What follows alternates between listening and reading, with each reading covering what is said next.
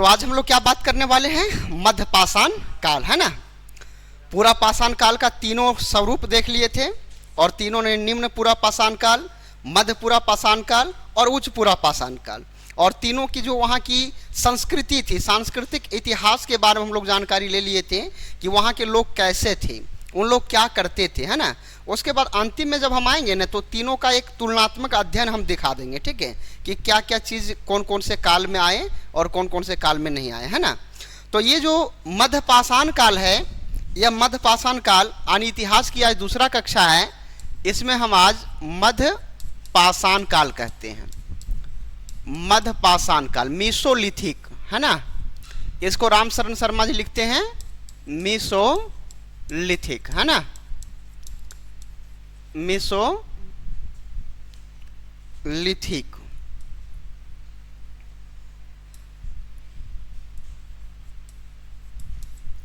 और अंग्रेजी में ये मीसोलिथिक लिखा गया है और इसका मायने जो होता है वो लिखता है इसमें कि ये जो लोग थे वे लोग मतलब क्या है, यह युग में आखेटक और पशुपालन, ये क्या है, आखेटक एवं पशुपालक, आखेटक एवं पशुपालक, ये चीज को रामशरण शर्मा की किताब में वो रामशरण शर्मा जी लिखते हैं इस चीज को। इसका मतलब क्या हुआ कि इसका काल तो हमने लिखा दिया था, क्या था काल इसका, नहीं, इसका काल कितना हम लिखाए थे, हाँ 10,000 बीसी से 6,000 बीसी, है ना। ये है मध्य पाषाण काल। इसमें होता क्या है इसके बारे में समझिए कि चूंकि पहले लाइन में लिख दिया आखेटक यानी शिकार करेगा ही, ठीक है ना, खाद्य संग्रह करेगा ही, और इस काल में पशुपालन भी करना शुरू कर दिया, है ना। तो इसमें जनरली तौर पर क्या हुआ कि मानव जो है, मानव के जो ये स्वरूप में बदलाव आया उसका मेन कारण था जलवायु परिवर्तन। जलवायु परिवर्तन ही इसमें एक महत्वपूर्ण भूमिका को निभा रहा था।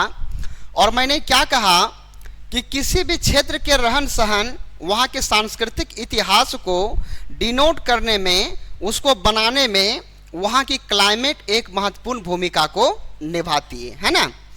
तो मानव क्या हुए कि ये पूरा पाषाण काल में जो हिम युग का काल था, तो हिम युग में चूँकि पृथ्वी ठंडी थी तो उस टाइम में जो पशुओं का शिकार होता था, बड़े बड़े खुर वाले, बड़े बड़े बाल वाले लोग रहते थे और उसको मार करके उन लोग खाते थे। और संभवतः पूरा पाषाण काल में कहीं अग्नि का साक्ष्य नहीं मिला था। इसके परिणाम स्वरूप निश्चित तौर पर यह अनुमान लगाया जाता है कि उन लोग कच्चे मांस खाते थे। और दूसरा क्या खाते थे, जो शाकाहार में था वह कंद मूल फल वगैरह खाते थे, है ना। लेकिन यहाँ पर मध्य पाषाण काल में यह जलवायु परिवर्तन के कारण पृथ्वी जो उष्ण होती है, और पृथ्वी जब उष्ण होगी तो निश्चित तौर पर जो बर्फ वगैरह जो ढका हुआ था वह धीरे धीरे पिघल करके वह मैदानी भाग में तब्दील होगा।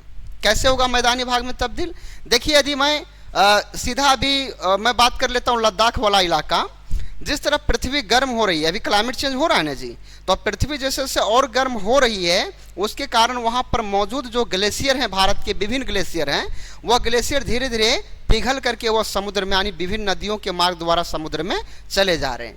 तो एक समय आएगा जैसे हम लोगों की जो आने वाली पीढ़ी है, उन लोग वो पीढ़ी लद्दाख वगैरह में जो हमारे ग्लेशियर हैं, जम्मू कश्मीर वगैरह में, वो ग्लेशियर को शायद उन लोग नहीं देख पाएगा।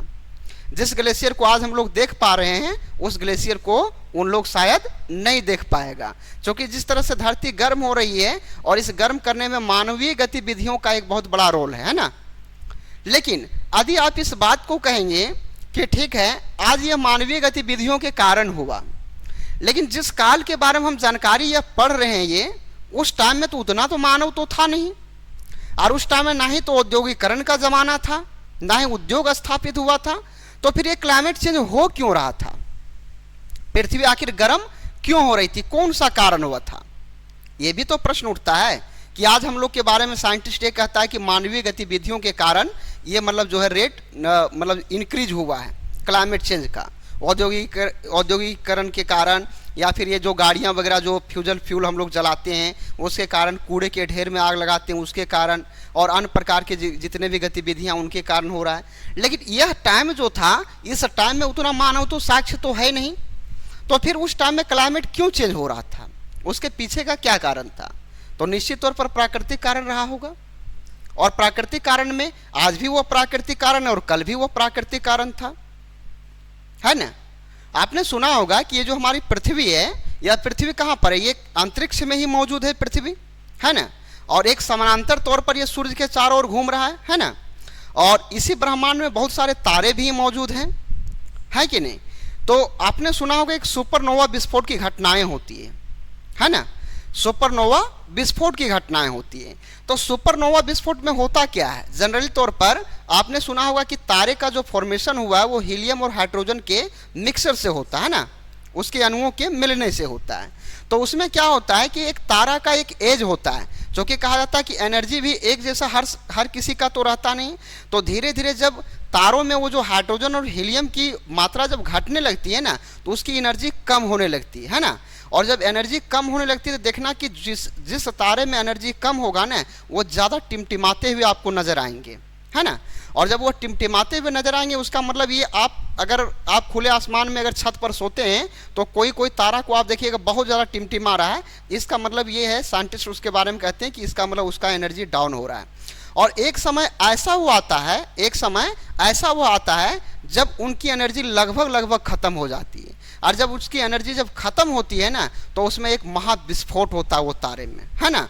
और जब वह विस्फोट होता है तो वो असीम मात्रा में एनर्जी को विमुक्त करता है, मतलब वो एनर्जी को बाहर करता है, यानी उष्मा को छोड़ता है। जब विस्फोट होता है ना, तो उष्मा को, जब वह तारा टूटने के बाद, तारा में विस्फोट होने के बाद जो उष्मा निकलती है, वो अंतरिक्ष में ही वो उष्मा रहेगा। और अंतरिक्ष का ही हमारा एक पृथ्वी पार्ट है ना। तो जब अंतरिक्ष का ही वह पृथ्वी हमारा पार्ट है, तो आप कोई काम करो या ना करो, लेकिन उस तारे को टूटना और उस तारे को विस्फोट होने से क्या आप रोक सकते हैं? क्या नहीं रोक सकते हैं। तो वह हमारी पृथ्वी जो है, उस टाइम में भी वही प्राकृतिक घटनाओं के कारण गर्म हो रहा था। दूसरी बात क्या है? विभिन्न प्रकार के ज्वालामुखी का विस्फोट होना। तो जब ज्वालामुखी विस्फोट होता है, अपने साथ वो जलवाष्प जैसी गैसें भी निकालती है ना। और वो पूरा का पूरा मतलब जो लावा है वह पृथ्वी से बाहर निकलता है।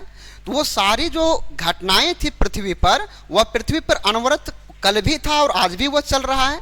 तो उसके कारण आप कोई गतिविधि करो या ना करो, लेकिन ये जो क्लाइमेट चेंज की प्रक्रिया है, यह क्लाइमेट चेंज की प्रक्रिया में एक प्राकृतिक कारण का एक बहुत बड़ा रोल होता है। और वही प्राकृतिक कारण के कारण वो धीरे धीरे आप पृथ्वी को गर्म करो या ना करो, एक लिमिट तक आपका जो है वो चलते ही रहेगा, है ना। जैसा कि यहाँ पर हमें दिखाई पड़ रहा है कि पूरा पाषाण काल जो आपका मतलब प्लाइस्टोसीन युग कहा जाता है, नहीं हिम युग से संबंध रखता है, वहाँ ये मध्य पाषाण काल आते आते क्लाइमेट क्या हो रही थी? पृथ्वी का गर्म हो रही थी। तो उस टाइम तो मानवीय गतिविधियाँ उतना तो नहीं था, लेकिन फिर गर्म क्यों हो रहा है? तो उसके पीछे का जो कारण है वो प्राकृतिक कारण, जिसमें वो सुपरनोवा विस्फोट एक महत्वपूर्ण माना जाता है। और विभिन्न प्रकार के जलवायु, ये ज्वालामुखी का जो विस्फोट होता है, उसके कारण भी क्या हो रहा है? पृथ्वी में ऊष्मन की मात्रा बढ़ रही है, पृथ्वी हीट हो रही है, और इसके कारण से उस टाइम की क्लाइमेट यानी जलवायु में परिवर्तन हो रहा था। अब जब जैसे ही जलवायु का वह परिवर्तन हो रहा था, तो मानव की गतिविधि और मानव के मतलब क्या कह सकते हैं कि उसके जो काम काज करने का, रहने बसने वगैरह के, उसमें भी परिवर्तन हो रहा था। और इसीलिए इस चीज़ को है कि एक बात समझिए इस चीज़ को लेकर के कि यदि पृथ्वी गर्म ना हुआ रहता अभी इतना, तो शायद एसी का आविष्कार ना होता, है ना। हम लोग आज एसी के रूम में रहना शुरू कर दिए हैं, इस बात को समझिए। तो इसका मतलब क्या हुआ कि हम पृथ्वी जिस तरह से पहले अनुकूलन थी हमारे रहने की, अब हमारी पृथ्वी उस तरह से अनुकूलन नहीं है। अगर थोड़ा सा दूसरी बात क्या हुआ कि लोग अब जो है, लोगों के अंदर क्या है, वह क्षमता नहीं है काम करने का। जो पहले के मानव काम करते थे, मिट्टी वगैरह काटते थे, जंगलों में खेलते थे, खेती बाड़ी करते थे, वो अब हमारे ये में नहीं है। आज के युवा और आज की युवतियाँ जितने भी है, वो हर समय चाहता है कि मैं ऐसी रूम में बैठा रहूँ और ऑफिशियल काम करूँ। कोई चाहता है कि मैं मतलब शारीरिक जो श्रम होता है उसके माध्यम से वर्क करूँ। तो ये कैसे कैसे बदलाव हो रहा है? हमारी क्लाइमेट में चेंज हो रहा है, और उसके कारण हमारी अर्थव्यवस्था भी क्या हो रही है? चेंज हो रही है कि नहीं। आज कंप्यूटर का ज़माना आ गया। तो कंप्यूटर का ज़माना क्यों? सोचने वाली बात है, इसने कई नौकरियों को छीन लिया है। तो ये एक सतत चलने वाली प्रक्रिया है, आप चाहो या आप ना चाहो यह चेंज होते रहेगा, और ये चेंज होते होते एक समय ऐसा आएगा कि यह पृथ्वी से विभिन्न प्रकार के जो जीव जंतु हैं वो धीरे धीरे विलुप्त होने की कगार पर पहुंच जाएगी। आपने सियार का नाम सुना है? पहले जंगलों में खूब रहता था, अब सियार मिलने नहीं लगा। सियार जो है अब मिलने नहीं लगा है। भेड़िया, पहले मेरा गांव जो जंगल गिरिडीह वाला इलाका पड़ता है, पूरा का पूरा भेड़िया वगैरह खूब जंगलों में रहता था, लेकिन अब मैं जंगल घूमने जाता हूं तो कहीं नजर ही हमको नहीं आता वो सब। कैसे यह विलुप्त हो गया? और उसका स्थान किसने ले लिया? कुत्तों ने ले लिया। गिद्ध पहले था ना, गिद्ध जो मर जाता था पशु तो उसका मांस बड़ा बड़ा एकदम गिद्ध रहता था। वो सब जो लोग थे, वो सब जो जीव जंतु थे, वो आखिर कहां पर विलुप्त हो गए, कहां चले गए वो सब? उसको किसने मार दिया? वह क्लाइमेट जो उनकी रहने की जो अवस्थिति थी ना, वह क्लाइमेट के कारण वह अवस्थिति अब नहीं रही और धीरे धीरे वह विलुप्ति के कगार पर पहुंच गई। उनका जो प्राकृतिक आवास था, वह प्राकृतिक आवास मनुष्यों ने खत्म कर दिया, परिणाम स्वरूप उसका विलुप्ति के कगार पर आ गया। तो आप चाहो या आप ना चाहो, ये जो क्लाइमेट चेंज करने वाली जो प्रक्रिया है, यह एक सतत चलने वाली प्रक्रिया है। तो फिर हम लोग ये क्यों कहते हैं कि save the earth save the life? ये वाला बात हम लोग स्लोगन क्यों लगाते हैं? क्योंकि हुआ क्या कि उस टाइम में केवल और केवल जो था वह प्राकृतिक कारणों से चेंज हो रहा था, और उसका जो रेट था, वह चेंज होने का जो दर था वह कम था। समझ रहे हैं ना? लेकिन मानवीय गतिविधियों ने क्या किया, उस रेट को मतलब इंक्रीज कर दिया, जो चेंज होने का जो कैपेसिटी था उसको चेंज कर दिया। इसीलिए हम लोग कहते हैं कि मानव के लोग मानवीय जो गतिविधि हैं, उस गतिविधियों को सतत विकास के साथ मतलब जोड़ा जाए, ताकि पर्यावरण भी हमारा सुरक्षित रहे और हम भी अपना सुरक्षित रहे। इस बात के लिए कहा जाता है। तो अगर आपसे यह मतलब ये अगर जैसे मैं, चूंकि आप लोग नीति निर्माता भी बनेंगे कुछ दिनों में, क्योंकि जो ब्यूरोक्रेट होते हैं वो तो नीति निर्माता भी बनते हैं ना जी। जब मंत्रालय में जॉब होगा, सेक्रेटरी रैंक का अफसर बनोगे, तब तो उसमें नीति निर्माण में भी भूमिका निभाना होगा। तो इन सब बातों को, इन सब पॉइंट को आप उस टाइम यूज कर सकते हो, है ना? इसलिए देखिएगा कि जब भी क्लाइमेट चेंज के प्रति अगर कोई भी ये चीज होता है ना, तो अमेरिका हमेशा यह विरोध करता है। अमेरिका कहता है मैं उस पर साइन नहीं करूंगा, चाहे वो पेरिस क्लाइमेट चेंज का जो एग्रीमेंट हुआ था, भारत सरकार, भारत के माननीय प्रधानमंत्री मोदी जो उनके इनिशिएटिव पर किया गया, लेकिन उससे वो बाहर हो जाता है। वो कहता है भाई तुम जो करना है सो करो, ये कारण है ना, ये कारण है ही नहीं, तुम चाहो या ना चाहो क्लाइमेट एक दिन चेंज होगा ही। तो हम तुम्हारे चक्कर में अपनी अर्थव्यवस्था को क्यों बर्बाद करें? और आज जो है सो अर्थव्यवस्था पर ही पूरी दुनिया टिकी हुई है ना। सभी लोग अर्थव्यवस्था के चक्कर में जो है पूरे पर्यावरण के साथ खिलवाड़ कर रहे हैं। चाइना पूरा एकदम कोयले का जलाने में सबसे माहिर है, उसके बाद भारत आता है। भारत तीसरा नंबर में सबसे ज़्यादा फॉसिल फ्यूल का जो यूज करता है, वो सबसे ज़्यादा भारत में भी होता है। कोयले को जला, थर्मल पावर प्लांट जो बिजली जो ये बनाती है ना, उस समय से सबसे ज़्यादा कोयला का यूज होता है। लोहे की फैक्ट्री में कोयले की यूज होता है। तो इस समय तीसरा नंबर पर भारत आपका आता है, जहाँ पर कोयले जीवाश्म ईंधन को जलाने में ये है। तो ये सब घटनाएं जो हो रही है, अब ये सब घटनाओं को हम रोक तो सकते नहीं हैं, और हम अगर मानवीय गतिविधियों को पूर्णतः रोक दें, समझ लो इस बात को, हम आदि मानव में चले जाते हैं, हम पूरी तरह रोक दें, फिर भी हम क्लाइमेट चेंज को रोक नहीं सकते हैं। आपके रोकने से क्या हो जाएगा? क्या अमेरिका रोक सकती है? चीन रोक सकती है? पाकिस्तान रोक सकता है? और ये जो पर्यावरण में जो वो दूषित पदार्थ निकल रहे हैं, उसका कोई बाउंड्री लाइन है क्या? उसका कोई सीमा नहीं है, उसका कोई भी सीमा नहीं है। वो वहां से निकलेगा तो वो वायुमंडल में आपके क्षेत्र में भी आ ही जाएगा, इसमें कोई शक वाली बात नहीं है। इसलिए यह अनवरत चलने वाली प्रक्रिया है। बहुत ज़्यादा इस चीज़ को लेकर के मतलब क्या कहते हैं, कुछ लोग सेंसिटिव ज़्यादा हो जाते हैं, संवेदनशील हो जाते हैं ज़्यादा। लेकिन क्या करोगे, 2-4 लोगों यानी पूरे भारत ही संवेदनशीलता हो जाए, लेकिन अगर हमारे बगल पड़ोसी राष्ट्र नहीं होगा तो क्या हम उसको बहुत ज़्यादा रोक सकते हैं क्या? लेकिन क्या है कि हम अपने तरफ से इस पृथ्वी को बचाने में थोड़ा थोड़ा सा छोटे छोटे योगदान को हम दे सकते हैं, है ना। तो इसके कारण हुआ। और उस टाइम घटनाएं क्या हो रही थी, जो ये एस्ट्रोलाइट धरती पर गिरे थे, जिसके कारण से मतलब डायनासोर जैसे प्राणी जो है अंत हो गया उनका, उनके गिरने से जंगलों में आग लग गई पृथ्वी पर, और उसके कारण भी जो तापमान बढ़ा पृथ्वी का, उसे हिमयुग का अंत हो गया, है ना। और जब हिमयुग का अंत हुआ तो मानव फिर अपना जो जीवन है, तो मानव एक बात शुरू से रहा है कि मानव अपनी हर एक चुनौतियों को स्वीकार किया है, और उन चुनौतियों को स्वीकार करते हुए वो कभी रुका नहीं है, बल्कि वो लगातार आगे की ओर बढ़ते चला गया है। अभी कोरोना जैसा महामारी आया, क्या मानव रुक गया क्या? कोरोना का दवा को बना लिया, है ना, कोरोना का दवा को बना लिया कि नहीं, और मानव जाति का संहार होने से बचा लिया। तो क्या मानव ने चुनौतियों को हमेशा स्वीकार किया? इस टाइम के भी मानव जो है वो अपनी चुनौतियों को स्वीकार कर रहा था। ऐसा नहीं है कि मानव चुनौतियों को स्वीकार नहीं किया, और जैसे जैसे उनकी चुनौतियां आती गई, वो अपने अनुकूलन के लिए, अपने जीवन को जीने के लिए धीरे धीरे वो उस तरह के हथियार को बनाए, उस तरह के घर को बनाने के लिए काम किए, उस तरह के रहन सहन के परिवेश में आना शुरू किए, है ना। तो इस तरह के लिए ये जो क्लाइमेट चेंज का प्रभाव था कि जो पूरा पाषाण काल में हो रहा था, वो तो कमोवेश तो इस काल में भी जारी रहेगा। जैसा शिकार वगैरह तो इस काल में भी करेगा, क्योंकि इतना ये नहीं समझना कि पूरा पाषाण काल का अंत हुआ तो आज अंत हो गया, तो पूरी तरह अंत हो गया, कल से नवपाषाण काल शुरू हो जाएगा या मध्य पाषाण काल, ऐसा तो नहीं ना होगा। क्योंकि कोई भी युग का धीरे धीरे उसका अंत होता है और नए युग का प्रारंभ होता है। ऐसा हुआ है कभी कि एक दिन में ये युग का आज ही खत्म हो गया और कल से ये युग शुरू होगा, तो कल से लोग अपने ऑटोमेटिक परिवर्तन, क्योंकि परिवर्तन संसार का नियम और परिवर्तन धीरे धीरे होता है।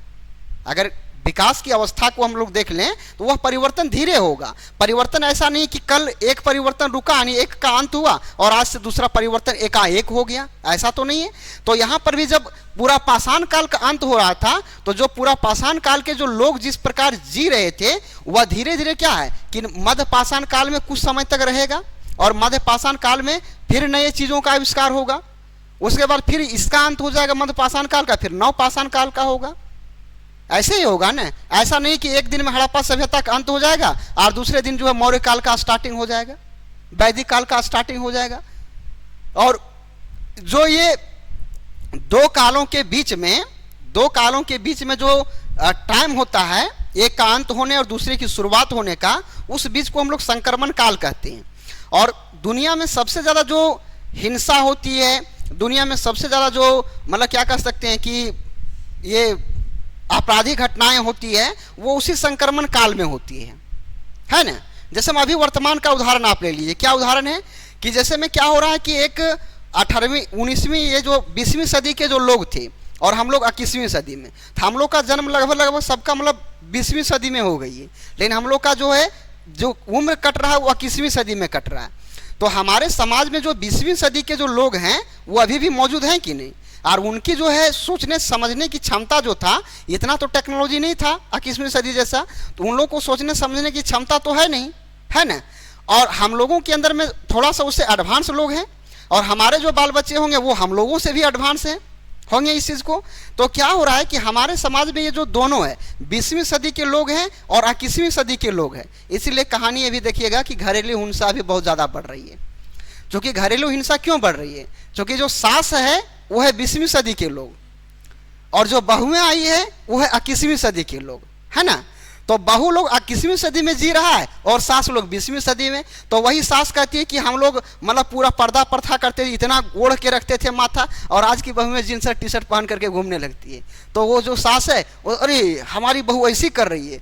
अरे भाई, तुमको समझना चाहिए यार, तुम जिस युग में जी रहे थे वो तुम्हारा अपना काल था और ये हमारा अपना काल है ना। आज रेप की घटनाएं क्यों घट रही? इस चीज को कि जिस स्त्रियों के ऊपर, जिस लड़कियों के ऊपर लगभग 200 वर्षों तक रेस्ट्रिक्टेशन किया गया, वो स्त्रियां और वो लड़कियां जो है 21वीं सदी में खुलेआम घूम रही है। तो उन लोगों को मतलब वो जो लोग हैं वो कह रहे हैं यार, जिस पर हम लोग इतना रेस्ट्रिक्टेशन लगा रखते थे, आज वो इस तरह खुलेआम में घूमेगा, कैसे घूमेगा हम देख लेंगे। तो ताकि उनकी जो मनोबल डाउन हो, इसलिए ये सब रेप संबंधी घटनाएं घट रही। तो ये भी संक्रमण काल में गुजर रहा है ना, इसलिए इतना सारा ये प्रॉब्लम जो है भारत चाहे पूरे वर्ल्ड में आपको मिलेगा। आप पश्चिमी संस्कृति में देखिए, रेप की घटनाएं होती है क्या? क्यों नहीं हो रही है? क्योंकि उन लोग जो ये जो मतलब कि जो खुले समाज, ओपन सोसाइटी है, वह शुरू से देख रहा है। तो किसी भी चीज को अगर शुरू से आप देखते रहोगे ना, तो एक समय ऐसा आएगा कि आपको उसको देखने का मन नहीं करेगा, कोई मतलब नहीं करेगा। लेकिन आज क्या होता है कि आज भारत में जो 21वीं सदी की शुरुआत जब हुई है तो हम लड़कियों को मतलब पढ़ने के लिए छोड़ रहे हैं, हम उसको बाहर निकाल रहे हैं, ओपन सोसाइटी में उसको भेज रहे हैं और उसी चीज़ के अनुसार हमारी बहन बेटियां तब्दील हो रही है। तो वो जो 20वीं सदी के लोग हैं, जो उस मानसिकता के ढर्रे में लोग हैं, उस मानसिकता के जो ढर्रे में लोग हैं, उसको परेशानी खड़ा हो जा रहा है ना। तो यही कारण से जो 20वीं सदी और 21वीं सदी का एक संक्रमण काल है, उसमें ये सब घटनाएं आपको देखने मिलेगी। तो अब आप लोग एक चीज को कॉन्सेप्ट यहाँ क्लियर रखिएगा कि जब भी संक्रमण काल आएगा तो ये सब घटनाएं ऑटोमेटिकली आपके जीवन में देखने को मिलेगी। एक बात देख लीजिए, जैसे 20वीं सदी का पूरी तरह से लोग समाप्त होंगे वो पीढ़ी का, 21वीं सदी के लोग इतना टेंशन वाला नहीं होगा, दूसरे प्रकार का टेंशन होगा, लेकिन ये सब घटनाएं आपको देखने के लिए नहीं मिलेगा। ना तो घरेलू हिंसा, ना तो दहेज प्रथा का, डोरी एक्ट का मर्डर, ना तो ये रेप संबंधी घटनाएं। ये एक समय आएगा जिस समय के बाद ये अंत हो जाएगा ऑटोमेटिकली, है ना। ये सतत चलने वाली प्रक्रिया है। तो इसी तरह यहाँ पर भी जो ये मध्य पाषाण काल की स्टार्टिंग होता है, तो ऐसा नहीं कि एक दिन में ही यह परिवर्तन हो गया। तो यहाँ पर क्या हो रहा था कि जो पूरा पाषाण काल में जो चल रहा था, पूरा जो पाषाण काल था, यह पूरा पाषाण काल में जिन गतिविधियों को चलाया जा रहा था वो गतिविधियां कमोवेश वैसा चल ही रहा था। लेकिन इस काल में मध्यपाषाण काल का जो बांटने का संदर्भ है, इसमें कुछ ऐसी घटनाएं घटित हुआ जो उस काल में नहीं था, पूरा पाषाण काल में नहीं था। क्योंकि इसमें शुरू में ही लिख दिया आखेटक यानी शिकार और खाद्य संग्रह पहले से था, लेकिन अब क्या लोग करने लगे, यहाँ पर पशु पालन भी करने लगे। तो पूरा पाषाण काल में तो पशुपालन नहीं करते थे, लेकिन मध्य पाषाण काल में एक नए चीज जो है वह पशुपालक बन गए, है ना।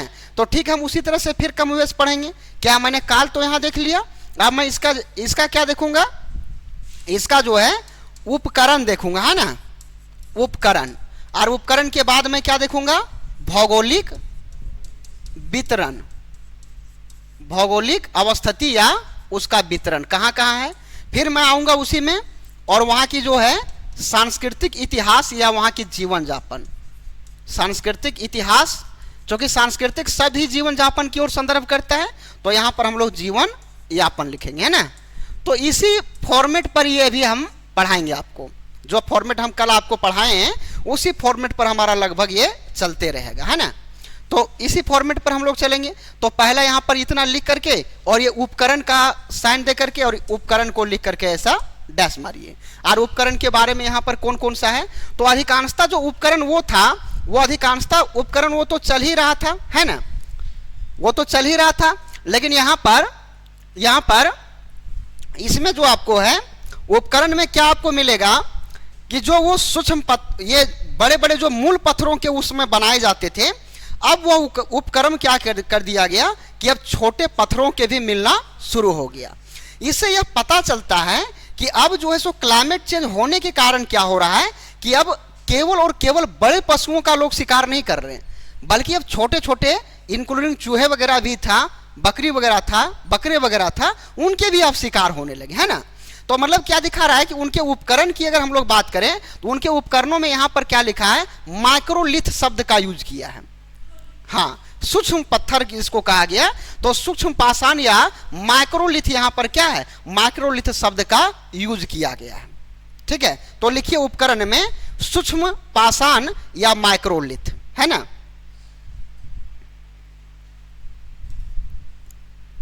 उपकरण में कौन सा, सूक्ष्म पाषाण या फिर माइक्रोलिथ।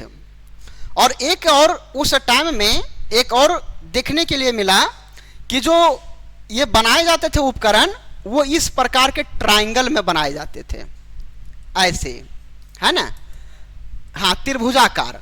तो उसमें लिखा उपकरण में ये रामशरण शर्मा जी लिखते हैं ट्रायंगल, ट्रायंगल, है ना। इस तरह से आप लिख लीजिए ट्रायंगल। और एक उपकरण मिला है, वो इस प्रकार से मिला, वो भी पत्थर का उपकरण, है ना, इस तरह से। इसको हम लोग क्या कहेंगे, अर्धचंद्राकार, है ना, अर्धचंद्राकार।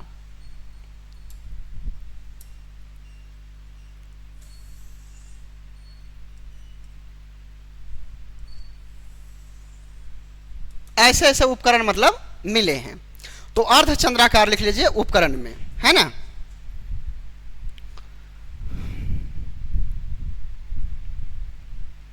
तो इस प्रकार के उपकरण वहां पर मिले हैं। मतलब यहां पर अधिकांशतः ये जो औजार मिले हैं वह सूक्ष्म पत्थर के मिले हैं, सूक्ष्म पाषाण के मिले हैं, जिनको माइक्रोलिथ कहा गया है, माइक्रोलिथ भी कहा गया है ना। साथ ही साथ क्या मिला है, ये ट्रायंगल जैसा उपकरण भी यहां पर हथियार मिला है, और क्या है, अर्धचंद्राकार जैसा उपकरण की भी प्राप्ति हुई है। इसका मतलब कि एक तरह से यहां पर एक अनुमान लगाया जा सकता है कि जो मानव ने धनुष का आविष्कार किया, जो धनुष बाद में बाण और धनुष की कॉन्सेप्ट आया, जो चिड़ियों को मारने वगैरह के लिए किया जाता है, तो वो अर्धचंद्राकार इस तरह का ही धनुष होते हैं। आज भी हम लोग बांस के जो कमानी होता है उस तरह से मोड़ करके, हमारे यहाँ जंगल बहुत ज़्यादा है, हम बचपन में खेले तीर धनुष से, और हम लोग क्या करते थे, बांस का वो फाड़ करके और उसको इस तरह से मोड़ करके और हम लोग धनुष बनाते थे। और उधर हमारे एरिया में जो है शेड्यूल ट्राइब के लोग अच्छा खासा रहते हैं, तो उन लोग आते थे मारने के लिए, वो धनुष बांध लेकर के लकड़ी वगैरह काटने के लिए, चीरने फाड़ने के लिए उन्हीं लोग आते थे ना। तो उन लोग को देखते थे मारने के लिए, उन्हीं को देखा से कि हम लोग भी क्या करते थे, छोटा छोटा बाण बनाते थे और बाण बना करके और मारते चलते थे। ये में हम लोग से मारता कोई नहीं था, लेकिन हम लोग क्या करते थे, खेलते थे उस चीज से। तो हमको लगता है कि संभवतः कि ये जो अर्धचंद्राकार यहाँ जो बना हुआ है, ये अर्धचंद्राकार से ही इसी का परिवर्तित रूप आगे चल करके क्या बन गया, एक आपका धनुष बाण वाला कॉन्सेप्ट यहां पर लेकर के आया। इसका मतलब ये है कि अनुमान ये लगाया जाता है कि अब जो मानव है वह चिड़ियों के भी शिकार करना शुरू कर दिया। क्या ये संभवतः लगा सकते हैं कि नहीं, क्योंकि उस काल की जानकारी हमारे पास केवल पुरातात्विक स्रोत है। क्या करते थे नहीं करते थे कोई पता नहीं है, लेकिन सिर्फ अनुमान और संभवतः यही दो बात वहां पर यूज करनी है। तो मध्य पाषाण काल में इतना यह उपकरण को यूज किया जाता था। अब इसमें से है भौगोलिक वितरण, है ना। अब लिखिए भौगोलिक वितरण। अब भौगोलिक वितरण में यहां पर देखिए क्या है। सो भौगोलिक वितरण की अगर हम लोग बात कर लें कि आखिर भारतीय उपमहाद्वीप, चूंकि हम भारत के इतिहास को पढ़ रहे हैं, विश्व के इतिहास को हम पढ़ नहीं रहे, तो भारतीय उपमहाद्वीप की बात करेंगे। और भारतीय उपमहाद्वीप में वही पाकिस्तान, भारत, नेपाल, भूटान, ये बांग्लादेश, ये 5 कंट्री मिल करके भारतीय उपमहाद्वीप पर स्थित है। तो इन्हीं 5 कंट्री में से जो मध्य पाषाण काल के संकेत मिले हैं, उन संकेतों पर हम अभी चर्चा करेंगे, है ना। तो मध्य पाषाण काल में उसमें लिखिए भौगोलिक वितरण में आपका भारतीय उपमहाद्वीप में प्रयागराज जान रहे हैं कि नहीं जी, इलाहाबाद, है ना। प्रयागराज में एक चौपानी मांडो जगह है, चौपानी मांडो, है ना। प्रयागराज में एक जगह है चौपानी मांडो। मैं जो भी लिखवा रहा हूं ये सारे रामशरण शर्मा की किताब में लिखा है, यानी हम ऐसा नहीं कि हमको रॉकेट साइंस है, हमने कहीं दूसरी जगह से ये कर रहा हूं, है ना। बस सिर्फ उसी को मैं क्या कर रहा हूं, एक जगह आपको मतलब क्या करना, सिस्टमेटिक ढंग से मैं ये कर दे रहा हूं, है ना। तो चौपानी मांडो में ये जो साक्ष्य मिले हैं, यहां पर 2 साक्ष्य मिले हैं। एक मिले झोपड़ी के साक्ष्य, ठीक है, और दूसरा मिला है यहां पर बर्तन के साक्ष्य। चौपानी मांडो जगह है, वहां पर क्या मिला है, झोपड़ी के साक्ष्य और बर्तन के साक्ष्य। इसका मतलब यहां पर एक अनुमान लगाइए कि अनुमान में यह है कि जो पूरा पाषाण काल के जो लोग थे, वे लोग स्वयं का घर नहीं बनाते थे, बल्कि जो प्राकृतिक आवास था, प्राकृतिक आवास में कौन सा, जैसे में जो गुफा वाला जो है प्राकृतिक गुफाएं थी, चट्टान वगैरह के बीच में अगर कहीं जगह है, उस जगह पर उन लोग रहते थे। लेकिन यहाँ पर जो चौपानी मांडो में ये जो जगह मिला है, वहाँ पर उस काल के यानी मध्य पाषाण काल के एक मतलब एक तरह से कह सकते हैं कि झोपड़ी के साक्ष्य मिला है और बर्तन के भी साक्ष्य मिल रहे हैं। इसका मतलब कि पूरा पाषाण काल से क्या है, ये संकेत दे रहा है कि मानव के जीवन में क्या हो रहा है, बदलाव हो रहा है ना। और ये जो एरिया पड़ता है, ये एरिया कौन सा नदी के किनारे है, तो बेलन नदी के किनारे वाला एरिया, जो कि हम पूरा पाषाण काल में, इसका मतलब कि जो पूरा पाषाण कालीन स्थल था, वहीं पर मानवों के एक अलग बदलाव की घटनाएं यहाँ पर दिखने को हमें मिल रही है। तो चौपानी मांडो जो आपका पड़ता है, वो भी वही मिर्जापुर जो इलाहाबाद वाला इलाका, बेलन नदी के घाटी क्षेत्र में, तो उस क्षेत्र में आपको क्या मिल रहा है, एक झोपड़ी और बर्तन के भी साक्ष्य यहाँ पर मिल रहे हैं, है ना। तो इस चीज को लेकर के लिखिए। दूसरा लिखिए, प्रतापगढ़ उत्तर प्रदेश जिला पड़ता है, प्रतापगढ़ उत्तर प्रदेश में। यार ये प्रयागराज भी उत्तर प्रदेश में, ये जान रहे हैं कि नहीं? हाँ, नहीं बहुत ज़्यादा दूरी नहीं है, नहीं बहुत ज़्यादा दूरी नहीं है। हम मिर्ज़ापुर भी गए हैं, हम वो भी गए हैं, ठीक है। इलाहाबाद भी, जो ट्रेन इधर से जाती है रांची से दिल्ली, तो पहले मिर्ज़ापुर जाती है, फिर इलाहाबाद घुसती है वो। तो आप, हाँ, तो आप देखिएगा बहुत ज़्यादा डिस्टेंस नहीं है। ज़्यादा डिस्टेंस अगर ये होगा तो आपका 50 से 60 या 100 किलोमीटर के डिस्टेंस होगा, है ना। तो वो इलाका, वही इलाका आज जो पूरा है मिर्ज़ापुर और इलाहाबाद, जिसको हम लोग अभी प्रयागराज के नाम से जानते हैं, उस इलाके में चौपानी मांडो एक जगह, एग्जैक्ट जगह बता रहा है कि वहाँ पर उत्खनन हुआ और उत्खनन से इसकी वहाँ पर साक्ष्य मिला। और जब उसके मतलब आयु को ज्ञात किया गया, तो आयु को ज्ञात करने के बाद वो मध्य पाषाणकालीन, मतलब उसको जो मतलब क्या कहते हैं, वो आर्कियोलॉजिकल वाले जो रहते हैं उन लोगों ने इस बात की पुष्टि किया, ठीक है। दूसरा जो जगह है वह जगह है प्रतापगढ़। प्रतापगढ़ जिला है उत्तर प्रदेश। और यहाँ पर 3 जगह है, यहाँ पर 3 जगह का नाम है।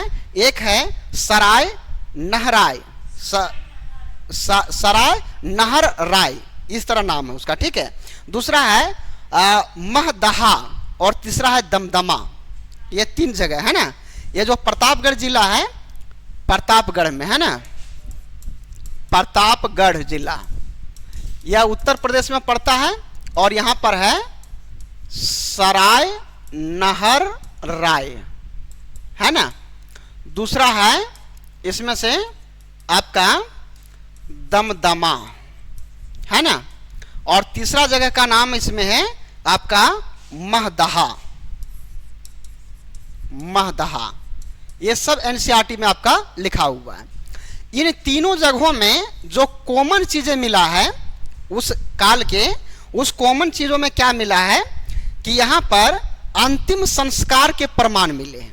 इन तीनों जगहों से एक कॉमन चीज मिला है, वह है अंतिम संस्कार के साक्ष्य। तो इन कॉमन में हम यहां लिख देते हैं, ठीक है ना।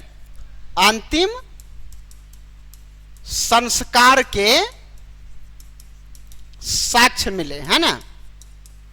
अंतिम संस्कार के क्या मिल रहा है? साक्ष्य मिल रहा है। साथ ही साथ जब उनको अंतिम संस्कार वाला ये जो कॉन्सेप्ट था, ये उस टाइम में मानवों को दफनाने का कॉन्सेप्ट था, मानवों को दफनाने का यहां पर कॉन्सेप्ट था, ठीक है। और ये जो दफनाता था ना, तो दफनाने के साथ क्या करता था, मानव के साथ बर्तन उसके साथ मतलब दफना देता था, ठीक है। इसका मतलब उन लोग इस बात को मानने शुरू कर दिया था कि मानव मरने के बाद भी अगला जन्म में जन्म लेगा तो थाली बोले खाएगा कहां पर, हाँ, सब इसलिए उसको दे करके दफनाया जाता था। ये 2 चीजें जो है वह क्या है, 2 चीज यहां से मिला हुआ है, ये कॉमन चीजें मिला, ये तीनों जगहों से मिला है। लेकिन एक स्पेशल चीज यहां पर सराय नहर राय से मिला है, और वो क्या चीज मिला है कि यहां पर हत्या के प्रमाण मिले हैं, मर्डर, हाँ, यहां से हत्या के प्रमाण यहां पर आपको दिखाई देगा, हत्या के प्रमाण यहां पर मिले हैं, ठीक है। यानी कहा जाता है कि पूरे भारतीय उपमहाद्वीप में अगर कहीं पर मतलब मर्डर का कॉन्सेप्ट आया है तो यहां पर मिला है, सराय नहर राय में, है ना। और इसमें क्या क्या मिला है, इसमें जो दमदमा जगह है, उस दमदमा जगह से 2 चीज मिला है। दमदमा जो जगह है, क्योंकि यहां पर मैंने ये जो लाइन खींचा ना, ये कॉमन चीजें मिला है जो तीनों जगहों से मिला है ना। और ये जो मैं लिख रहा हूं सरण नहर राय, है ना, तो ये जो है सो यहां से हत्या का प्रमाण पहला मिला है। उसके बाद ये जो दमदमा जगह है, ये दमदमा यहां से मिला है गर्त चूल्हा, गर्त चूल्हा मिला है। गर्त चूल्हा का मतलब समझते हैं कि नहीं, जो जमीन को खोद करके चूल्हा बनाए जाते हैं।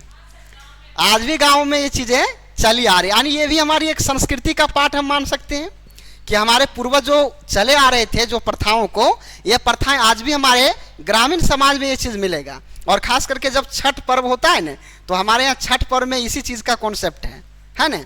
उसमें जमीन को खोद करके चूल्हा को बनाया जाता है, या तो फिर वो मिट्टी के चूल्हा को बनाए जाते हैं। हाँ, धान सिझाने के लिए भी इसी प्रकार के चूल्हा बनाते हैं। तो यानी गड्ढा को खड़ करके चूल्हा बना दिया जाता है, नीचे से हम लोग पत्ता वगैरह डाल रहे हैं और आराम से ऊपर में धान सिझ रहा है ना। तो ये चीजें जो गर्त चूल्हा का कॉन्सेप्ट है, ये यहाँ पर मिला है। और साथ में सिलबट्टे का, सिलबट्टा, इसका मतलब जानते हैं आप लोग ने? नहीं। हाँ, तो सिलबट्टे जो हैं वो मतलब उसका प्रमाण मिले हैं। तो इस जगह पर कहां से, यह दमदमा नामक जो स्थान है यह मध्य पाषाण युगीन मतलब संस्कृति का भाग है और यहां से यह मिला है। ठीक है, तो इतना यहां पर मतलब क्या है, ये चीज है। इसका मतलब अगर सिलबट्टे का प्रमाण मिल रहा है, सिलबट्टे का प्रमाण मिल रहा है, तो इससे हम यह अनुमान लगा सकते हैं। अनुमान क्या लगा सकते हैं कि मानव के जो जीवन है उसमें एक बहुत बड़े बदलाव की ओर इंगित करता है, बड़े बदलाव की ओर हमारे यहाँ संकेत करता है। इस चीज के बारे में हम लोग यहाँ लिख सकते हैं कि नहीं करते हैं, है ना? तो जब ये देख रहे हैं कि अंतिम संस्कार के साक्ष्य मिल रहे हैं, मानव को बर्तन के साथ दफनाने के साक्ष्य मिल रहे हैं, हत्या के प्रमाण मिल रहे हैं, गर्त चूल्हा के प्रमाण मिल रहे हैं, इसका मतलब गर्त चूल्हा अगर बना रहा है इसका मतलब अग्नि का आविष्कार हो रहा होगा। इस बात को समझिए कि अगर यह बात की ओर हमें इंगित करता है, इसका मतलब मानव आग जलाने के लिए सीख रहा होगा या सीख गया होगा। तब तो चूल्हा कहाँ यूज करता है, चूल्हा उसी जगह करता है। और सिलबट्टे का यूज करा, इसका मतलब अब मसाला वगैरह कूटना शुरू हो गया है ना? नहीं, मसाला वगैरह कूटना शुरू हो गया, इसका मतलब अब मसाला के प्रति लोग जानकारी हो रहा है क्या? तो एक तरह से यहाँ पर क्या दिख रहा है कि जैसे क्लाइमेट चेंज हुआ, तो क्लाइमेट चेंज होने के बाद मानव के जीवन में एक बहुत बड़ा व्यापक बदलाव की ओर हमें इंगित कर रहा है, बहुत व्यापक बदलाव की ओर यहाँ पर संकेत कर रहा है ना। सब अभी लिखवा देंगे पॉइंट पॉइंट। नेक्स्ट जो है एमपी के जो है वह भीमबेटका में मिला है, क्योंकि भीमबेटका पूरा पाषाण काल युगीन है, तो वहां से भी यह मिला है।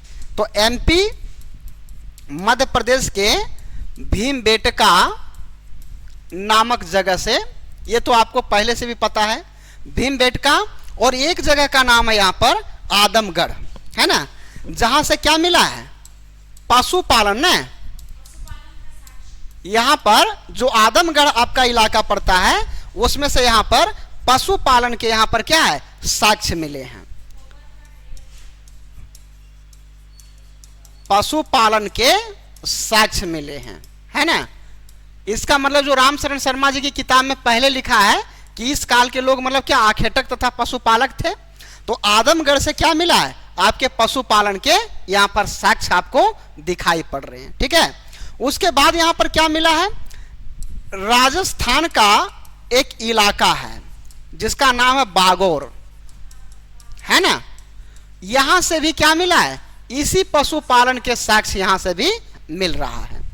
इसका मतलब कि मध्य पाषाण काल के जो लोग हैं वह पशुओं को पालन करने के लिए सीख गए थे और पशु का पालन यहां से कर रहे थे, है ना।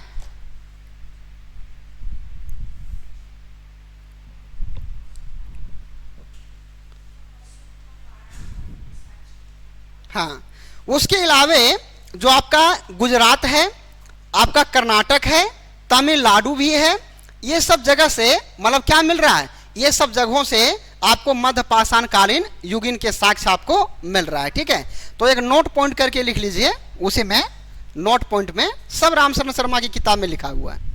नोट पॉइंट में लिख लीजिए गुजरात, महाराष्ट्र, कर्नाटक, तमिलनाडु, गुजरात, महाराष्ट्र, कर्नाटक, तमिलनाडु, आंध्र प्रदेश, उड़ीसा, गुजरात, महाराष्ट्र, कर्नाटक, तमिलनाडु, आंध्र प्रदेश, उड़ीसा इत्यादि क्षेत्रों से भी मध्य पाषाण युग के अवशेष मिले हैं। मध्य पाषाण युग के अवशेष मिले हैं, है ना।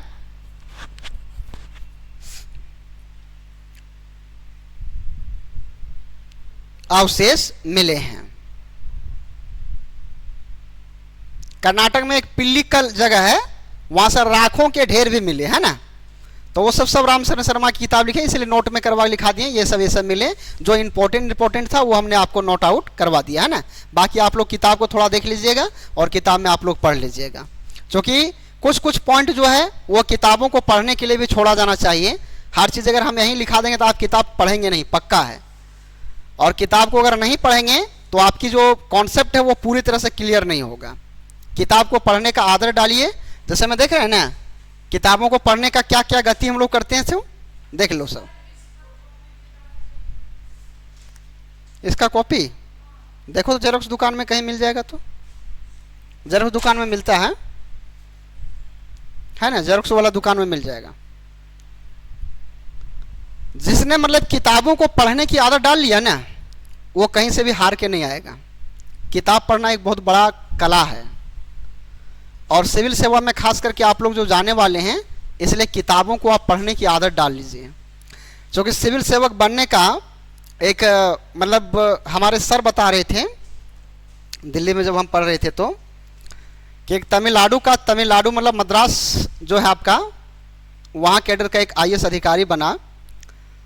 तो जब वो आईएएस बन गया तो उनसे पूछा गया कि आईएएस बनने का एक जो गुप्त स्ट्रेटेजी होनी चाहिए वो कौन सी है। तो बोला 2 ही चीज़, बोला कि जिनको बैठना आ जाए वो आईएएस बन जाएगा। बोला यार बैठने का मतलब क्या है, बैठ करके क्या करें। बोला बैठ करके 2 काम करना उसको है, एक लिखना है और दूसरा पढ़ना है। अगर ये 2 काम अगर आ जाएगा तो व्यक्ति आराम से मतलब ये क्लियर कर लेगा। जिन्होंने अपने आप को मतलब एक रूम के अंदर बंद कर लिया और रूम के अंदर बंद करके ये 2 काम करने के लिए स्टार्ट कर दिया, वो निश्चित तौर पर सिविल सेवक बन जाएगा। एक लिखना है, दूसरा पढ़ना है ना। चूंकि बनने के बाद भी आपको विभिन्न फाइल को पढ़ करके और उसको एक ऑफिस से दूसरे ऑफिस में ट्रांसफर करना पड़ेगा। बनने के बाद भी एक पढ़ने वाला जो कॉन्सेप्ट है ना, उसको छोड़ना नहीं पड़ेगा।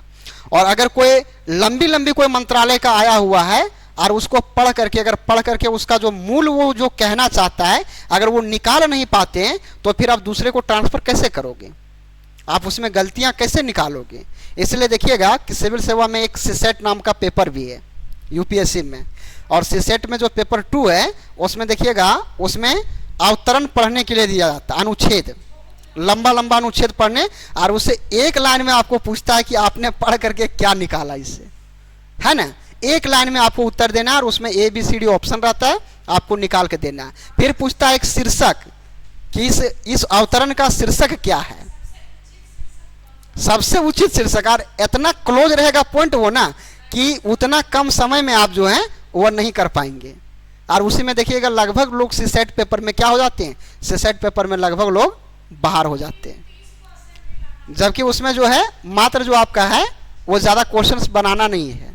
30 क्वेश्चन अगर बना लिए तो मतलब 66.5 नंबर अगर जो लाता है उसमें वो पास हो जाता है ना। तो ये चीज़ को इसीलिए मतलब लोगों के अंदर जो, अगर आप मान लीजिए सीसेट पेपर से बाहर हो रहे हैं, इसका मतलब आप पढ़ते तो हैं लेकिन उसका मूल पॉइंट को आप निकाल नहीं पा रहे, है ना। तो अब आते हैं आगे क्या है, इसलिए पढ़ने का जो आदत को डालिए। अब हम इसके जीवन यापन की पद्धति पर चलेंगे, है ना। हम अपनी जो शुरू से जिस फॉर्मेट पर काम कर रहे हैं उसी फॉर्मेट पर चलेंगे। जीवन यापन या फिर सांस्कृतिक इतिहास लिख सकते हैं क्या। वंशावली वगैरह में कुछ तो है नहीं है जी। अर्थव्यवस्था वगैरह का कुछ टेंशन है नहीं जी। अभी मानव तो अस्थायी हुआ नहीं है, तो इसमें से कुछ मतलब तो है नहीं, है ना। तो जीवन यापन में या फिर इसकी सांस्कृतिक इतिहास पर चलते हैं, सांस्कृतिक इतिहास पर चलते हैं।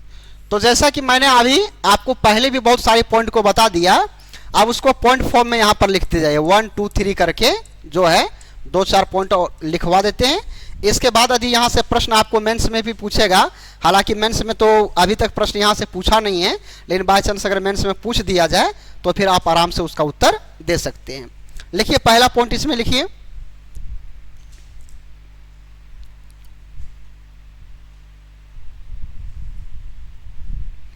देखिए मध्यपाषाण, पहला पॉइंट लिख लीजिए। मध्यपाषाण काल के साथ, मध्यपाषाण काल के साथ, मध्यपाषाण काल के साथ जलवायु परिवर्तन एवं जलवायु परिवर्तन एवं होलोसीन युग, होलोसीन युग की शुरुआत, होलोसीन युग की शुरुआत अर्थात कमोवेश आज की तरह, कमोवेश आज की तरह, कमोवेश मतलब ऐसा ही, ठीक है ना, कमोवेश आज की तरह की जलवायु के प्रमाण मिलने लगते हैं।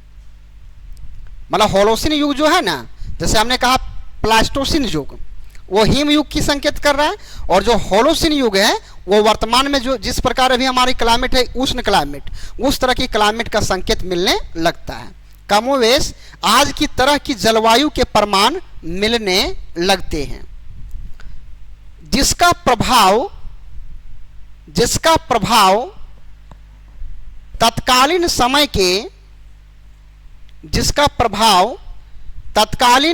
के मानव के जीवन के विभिन्न क्षेत्रों पर दिखाई पड़ता है।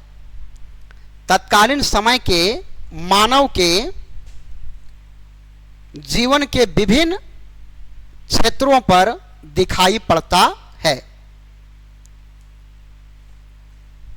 दिखाई पड़ता है। पहला पॉइंट हो गया।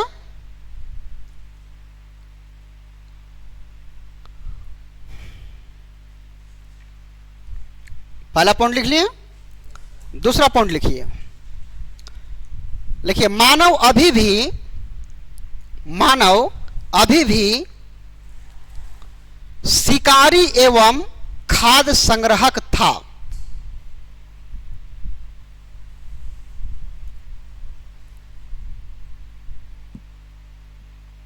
मानव अभी भी शिकारी एवं खाद्य संग्राहक था, लेकिन आग के साक्ष्य के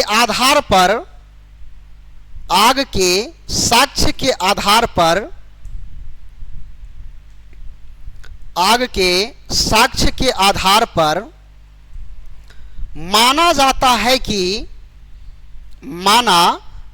है कि वे भोजन को अब पका कर भी खाते थे।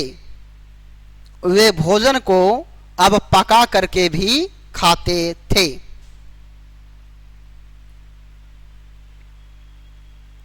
वे भोजन को अब पका करके भी खाते थे। दूसरा पॉइंट हो गया, क्योंकि ये चूल्हे के प्रमाण से यह साबित होता है ना। जब चूल्हा बना, इसका मतलब चूल्हा में क्या करेगा, आग ही नहीं जलाएगा, है ना। उसके तीसरे पॉइंट को लिखिए। अब लिखिए सिल बट्टे एवं चूल्हे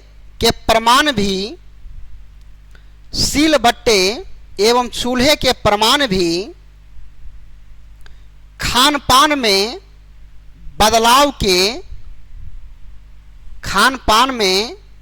बदलाव का संकेत है। बदलाव का संकेत है। खान पान में क्या है, बदलाव के संकेत हैं, है ना। उसके बाद नेक्स्ट लिखिए, नेक्स्ट पॉइंट लिखिए, पॉइंट नंबर 4।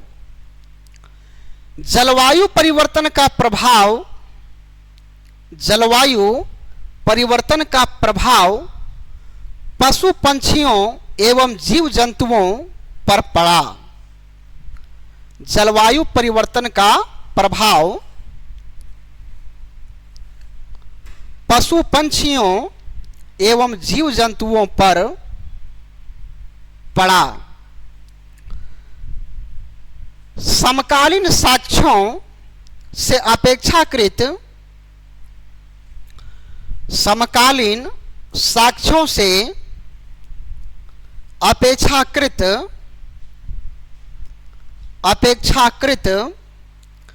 छोटे जंतुओं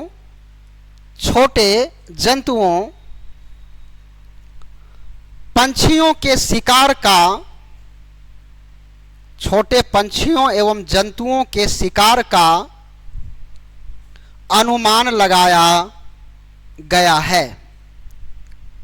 अनुमान लगाया गया है।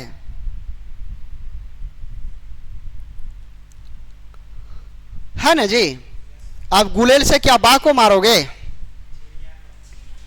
है ना। इसका मतलब कि उस प्रकार का अर्धचंद्राकार हथियार मिलने लगे हैं, मतलब तीर धनुष अब चलाना शुरू है। इसका मतलब अब पंछी को मारेगा। त्रिभुजाकार प्रकार का हथियार मिल रहा है पत्थर का, इसका मतलब फेंक करके मारने वाला है ना जी।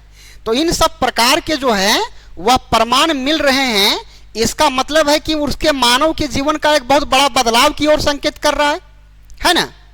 कोई दिक्कत तो नहीं ना पॉइंट में जी। नेक्स्ट पॉइंट लिखिए। लिखिए आग के ज्ञान ने भोजन के साथ साथ आग के ज्ञान ने भोजन के साथ साथ सुरक्षा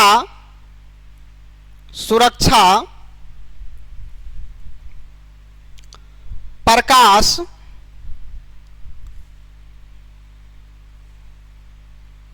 आवास एवं जीवन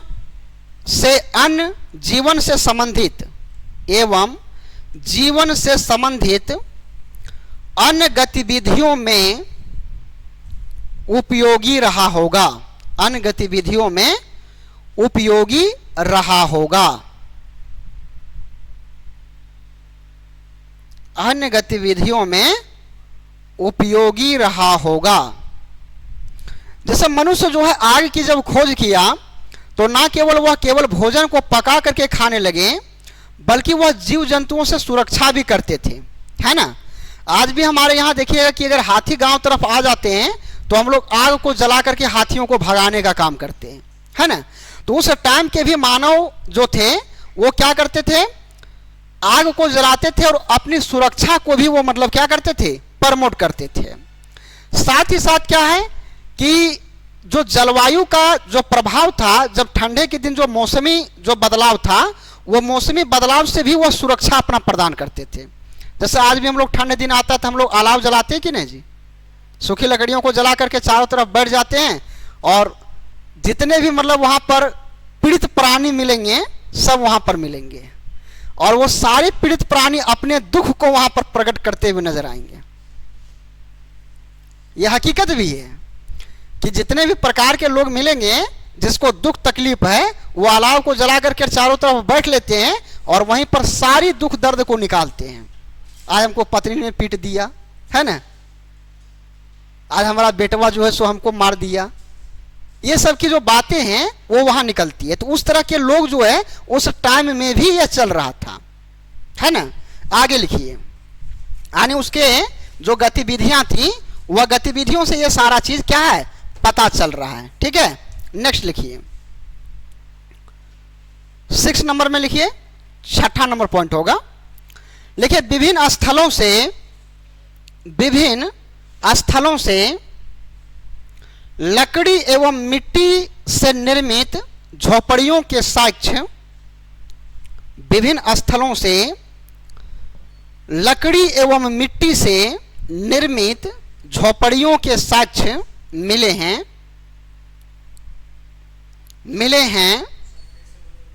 हाँ, विभिन्न स्थलों से लकड़ी एवं मिट्टी से निर्मित झोपड़ियों के साक्ष्य मिले हैं।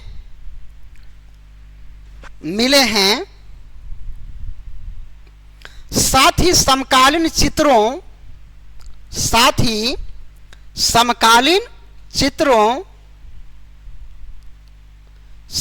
चित्रों से झोपड़ी के भीतर परिवार का चित्र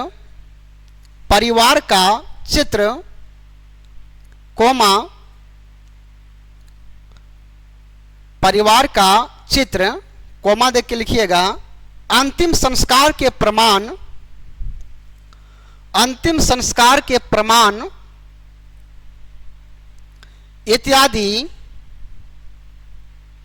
इत्यादि सामाजिक जीवन में बदलाव के संकेत हैं।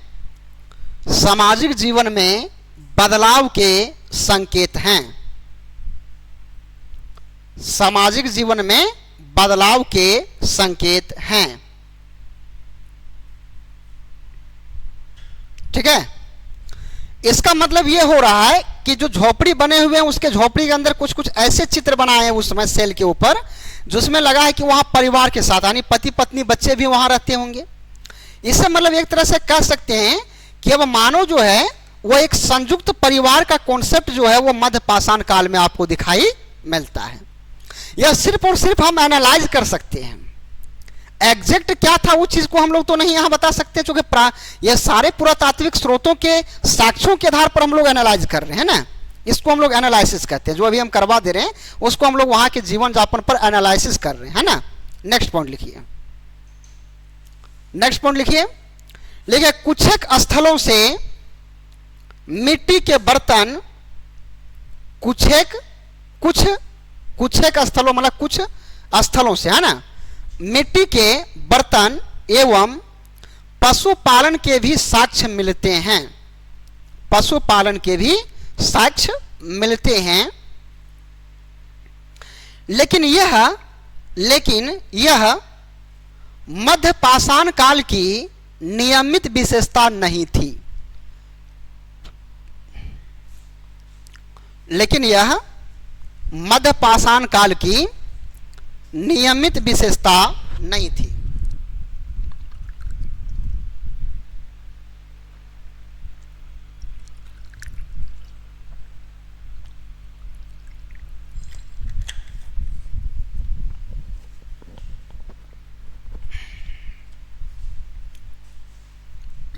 ठीक है, नियमित विशेषता नहीं थी, इसका मतलब कुछ स्थानों से जो मिला है यह मध्य पाषाण काल में हर जगह पर नहीं है, कुछ कुछ स्थानों पर मिला। इसका मतलब कुछ कुछ लोग पालन करते थे और नहीं करते थे।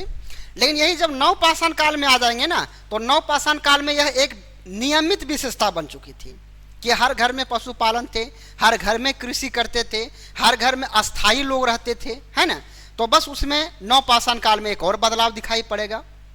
लिख लिए, नेक्स्ट पॉइंट लिखिए, नेक्स्ट पॉइंट लिखिए। इस दौर में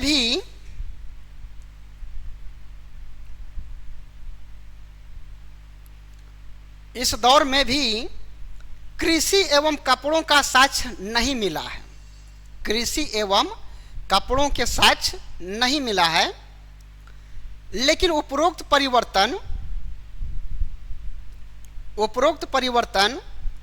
आदि मानव के जीवन में, कृषि एवं कपड़ों के साक्ष्य नहीं मिला है, लेकिन उपरोक्त परिवर्तन आदि मानव के जीवन में व्यापक बदलाव को रेखांकित करते हैं, व्यापक बदलाव को रेखांकित करते हैं।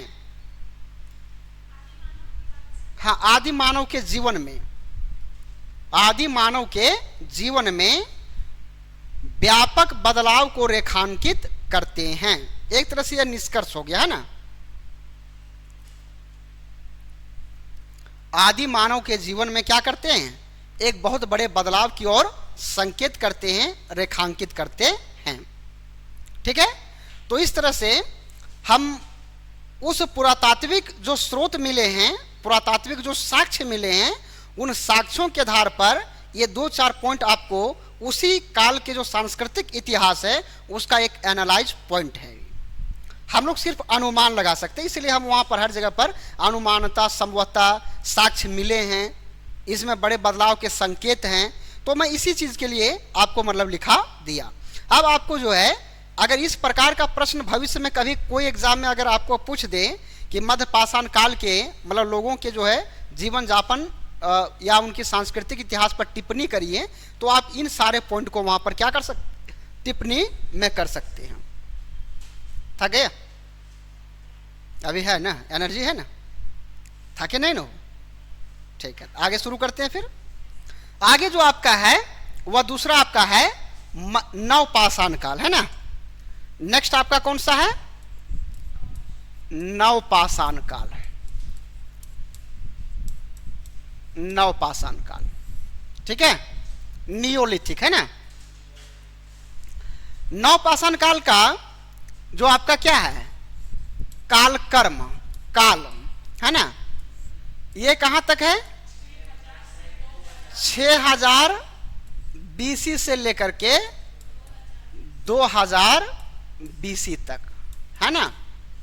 6000 बीसी से 2000 बीसी तक, ये है नव पाषाण काल का टाइम। अब इस जो नवपाषाण काल है, इस नवपाषाण काल में इसको हम लोग नियोलिथिक भी कहते हैं।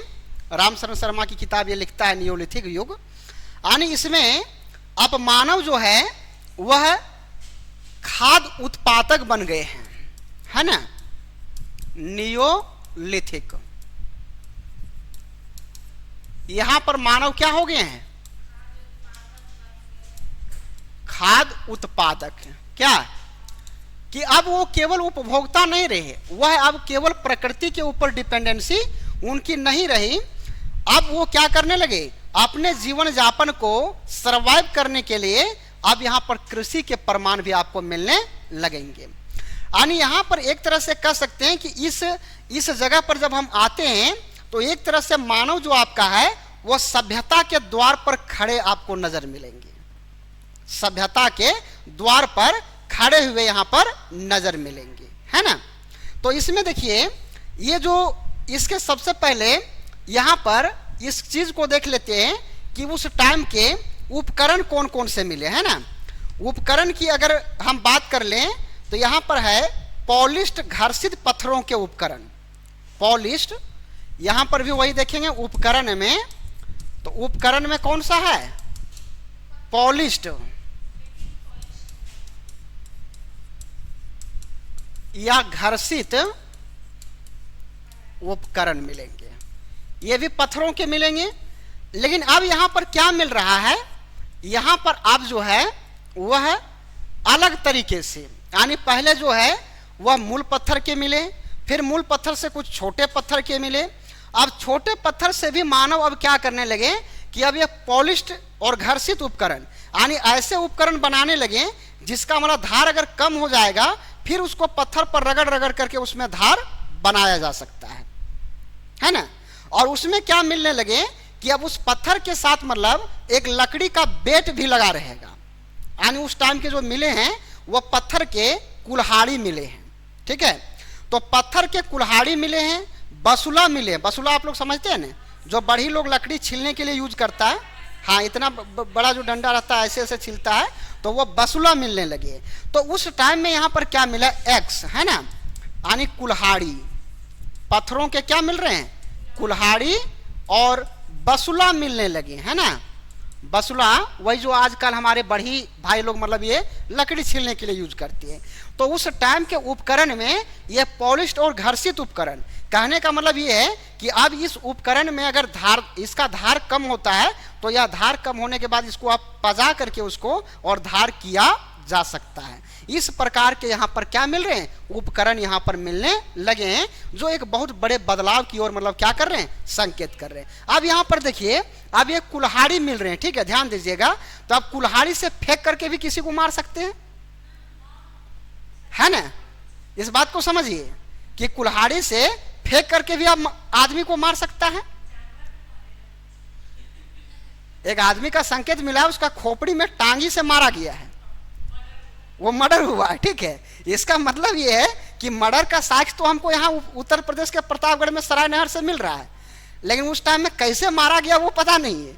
लेकिन नवपाषाण काल में जो मिला है वो खोपड़ियों के साक्ष्य, वो कपार पर मारा उसको यहाँ पर, तो उसमें से मिल रहा है वो साक्ष्य है। इसका मतलब कि अब लड़ाई भी शुरू हो गया था, है ना। तो इस तरह से संकेत जो मिल रहे हैं उससे हम लोग केवल अनुमान लगाते हैं। जानवर को मारना है तो उसको फेंक करके मारेगा, है ना। और आप पट्ठा वगैरह को काटेगा कि नहीं? है ना। आज भी हम लोग यूज करते हैं बसुला को, मतलब जो मीट को काटने के लिए जो है वो गांव तरफ जो है मिट्टू को काटता है तो बसुला का यूज करते। हाँ, मारता है कि नहीं। तो इसका मतलब यह हुआ कि अब हमारे जो यहाँ पर क्या है कि जो पूरा पाषाण काल में हम लोग देखे और मध्य पाषाण काल में, वहां से ये एक बहुत बड़े बदलाव, यानी एक तरह से कह सकते कि मानव जो है वो सभ्यता के द्वार पर खड़ा हो गया। सभ्यता के द्वार मतलब समझते हैं ना कि अब उन लोगों ने अपना भौतिक संसाधन को क्या करने लगा? संरक्षित करने लगा है। यानी सभ्यता किसका प्रतीक है? भौतिक संसाधनों की संपन्नता का है ना। तो अब धीरे धीरे मानव के अंदर एक बहुत बड़े बदलाव की यहाँ पर संकेत कर रहा है। तो फिर यहाँ पर आएंगे, तीसरा पॉइंट हम लोग क्या लिखते हैं? भौगोलिक वितरण, है ना।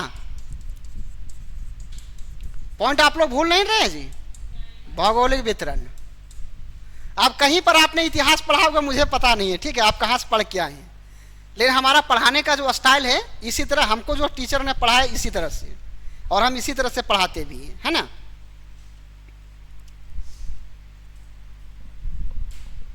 देखिए पहला पॉइंट में यहां पर एक जगह भौगोलिक वितरण में भारतीय उपमहाद्वीप में, वह पहला है पाकिस्तान के बलूचिस्तान में। बलूचिस्तान, मैं उसी बलूचिस्तान की बात कर रहा हूं जहां पर एक आज कुछ ही दिन पहले, आज से 5 दिन पहले जो है, वहां के एक मतलब निर्वासित सरकार के द्वारा एक तरह से उस एरिया को पाकिस्तान से एक अलग राष्ट्र बनाने की बात कर दिया है कि बलूचिस्तान एक स्वतंत्र देश है ना, जिसको 1948 में पाकिस्तान ने जबरदस्ती कब्जा कर लिया था, इसलिए उन्होंने अपने आप को घोषित कर दिया, और पूरा भी वहां पर एकदम हिंसा चल रही है। मैं उसी बलूचिस्तान की बात कर रहा हूं जो ईरान के बॉर्डर से सटा हुआ पाकिस्तान का इलाका है, वो बलूचिस्तान प्रांत, वहां का 40% इलाका वही है, और वह इलाका इतना प्राकृतिक संसाधनों से संपन्न है कि अगर उसको पाकिस्तान से अलग कर दिया गया तो समझो पाकिस्तान का, अभी तो ऑटोमेटिक वो कंगाल तो है ही, लेकिन उनकी कंगाली की स्थिति इतना आ जाएगा कि वो कटोरा लेकर तो अभी घूम रहा है, अब बड़ा थाली लेकर के घूमना शुरू कर देगा वो, कि भाई दे दो, भिक्षाम देही करेगा, है ना। तो वही वाला कॉन्सेप्ट है ये। हाँ, मार रहा है, उसको दबा रहा है, लेकिन अब दबने वाला नहीं है, क्योंकि अब उसका जो नज़र है वो अंतर्राष्ट्रीय मीडिया जगत में अब हर जगह पर फैल रहा है। तो वहाँ की जो बलूचिस्तान लिबरेशन आर्मी है, BLA जिसको कहते हैं, वह पूरी तरह से उसके विरुद्ध युद्ध को छेड़ दिया है ना। तो हमको लगता है कि इस भूपृष्ठ पर भारतीय उपमहाद्वीप के अंदर एक नए देश, जो 6ठा देश बनने वाला है, उसका नाम रहेगा बलूचिस्तान। और उधर जो है सो पाकिस्तान को खैबर पख्तूनख्वा वाला जो प्रांत है जो अफगानिस्तान से सटा है, वहाँ पर उसको TTP, तहरीक तालिबान पाकिस्तान जिसका नाम है, वो लोग ने उसको वहाँ पर धो रहा है, यानी पाकिस्तान को दोनों तरफ से धो रहा है, इधर POK वाले लोग भी धो रहा है, यानी तीनों तरफ से धो रहा है। अभी ये चीज बात बोलने का चीज छोड़ो ना जी अब ये सब बात पूछते हो ये सब बोलने का चीज है भाई। यहाँ पर देखो सिंपल सा है कि अंतर्राष्ट्रीय जगत की जो पॉलिसियां बनती है ना, उसमें क्या होता है कि दुश्मन का दुश्मन दोस्त होता है ना। हमारा दुश्मन कौन है? पाकिस्तान। पाकिस्तान का दुश्मन कौन बन रहा है? बलूचिस्तान। तो उसका दोस्त तो भारत तो होगा ही भाई। तो अंतर्राष्ट्रीय जगत में एक तो सिंपल है, जैसे है ना कि चीन हमारा जो है वो पाकिस्तान दुश्मन है और चीन भी दुश्मन है, तो चीन और पाकिस्तान दोस्त हो गया कि नहीं? समझ रहे ना। तो वही बात हमारे यहाँ अगर बलूचिस्तान अगर है तो बलूचिस्तान को हमको लगता है कि भारत सरकार जैसे उसको देश डिक्लेयर होगा, पहले भारत सरकार ही ना तो उसको मान्यता दे दे, जिस तरह हमने बांग्लादेश को दिया था, है ना संभावित तो वही लग रहा है। ठीक है, तो यहाँ पर बलूचिस्तान में एक जगह जिसका नाम है मेहरगढ़, है ना। हाँ, मेहरगढ़। यहाँ पर कृषि के प्राचीनतम साक्ष्य मिले हैं, कृषि के प्राचीनतम साक्ष्य। और प्राचीनतम साक्ष्य में यहाँ पर गेहूं, जौ और कपास, गेहूं, जौ और कपास की खेती का यहाँ पर क्या मिल रहा है? साक्ष्य मिल रहा है। इसका मतलब यहाँ पर कपास का उत्पादन हो रहा है, मतलब अब लोग कपड़ा पहनने लगे होंगे, सूती वस्त्र, यानी अब वो मानव जो है वह नग्न अवस्था में नहीं रहते होंगे क्या? नवपाषाण काल में यहाँ पर मिल रहे हैं। हालांकि ये जो प्राचीनतम साक्ष्य है ना, इसको कुछ इतिहासकार नई रिसर्च के अनुसार कहते हैं कि उत्तर प्रदेश में एक जगह का नाम है लहुला देव, है ना, लहुला देव। तो वहां से एक प्राचीनतम साक्ष्य कृषि का मिला है। तो कुछ लोगों का मानना है कि नहीं, ये जो आपका वहां पर जो मेहरगढ़ में मिला है वो प्राचीनतम साक्ष्य ना मान करके हम लहुला देव को मानते हैं। अगर आपके ऑप्शन में जैसे उत्तर प्रदेश PCS ने उसमें ऑप्शन में लहुला देव दिया था, तो अगर ऑप्शंस में आपको अगर PT की परीक्षा में लहुला देव मिलता है कि कृषि का प्राचीनतम साक्ष्य कहाँ है और उसमें ऑप्शन लहुला देव है, तो आप लहुला देव को मारेंगे, और अगर मेहरगढ़ ले रहा तो मेहरगढ़ को मारेंगे। हाँ, भारत में तो लहुला देव ही है, बल्कि अब वो पाकिस्तान में चला गया। लेकिन अगर यह प्रश्न ये रहे कि भारतीय उपमहाद्वीप में कृषि का साक्ष्य, तो भारतीय उपमहाद्वीप के अंदर लहुला देव भी है और आपका मेहरगढ़ भी है ना। तो अगर ऑप्शंस में वहां आपको मेहरगढ़ रहे तो मेहरगढ़ को मार दीजिए, या फिर अगर लहुला देव होगा तो लहुला देव मारिएगा, है ना। तो इस चीज को एक और कहां पर है, ये उत्तर प्रदेश के लहुला देव, है ना, लहुला देव जगह है जहां पर मतलब न्यू रिसर्च में कृषि के प्राचीनतम साक्ष्य है। ठीक है, इस बात को ध्यान रखिएगा, कृषि के प्राचीनतम साक्ष्य यहां पर मिले। तो पहला पॉइंट में इसमें लिखिए, पहला भौगोलिक वितरण में पहला पॉइंट लिख लीजिए, पाकिस्तान के बलूचिस्तान में स्थित मेहरगढ़ से, पाकिस्तान के बलूचिस्तान में स्थित मेहरगढ़ से गेहूं, मेहरगढ़ से गेहूं, गेहूं, जौ, कपास, क्या महेश कोई दिक्कत छूट गया क्या? हाँ, जौ, कपास इत्यादि फसलों के साक्ष्य मिलता है, मिलता है, फसलों के साक्ष्य मिलता है। हालांकि हालांकि नए अनुसंधान, नए अनुसंधान न्यू रिसर्च है ना, नए अनुसंधान में कृषि के प्राचीनतम साक्ष्य, कृषि के प्राचीनतम साक्ष्य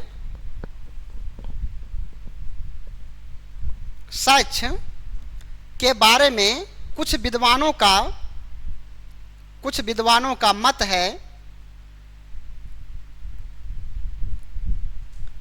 है उत्तर प्रदेश में स्थित लहुला देव नामक स्थान।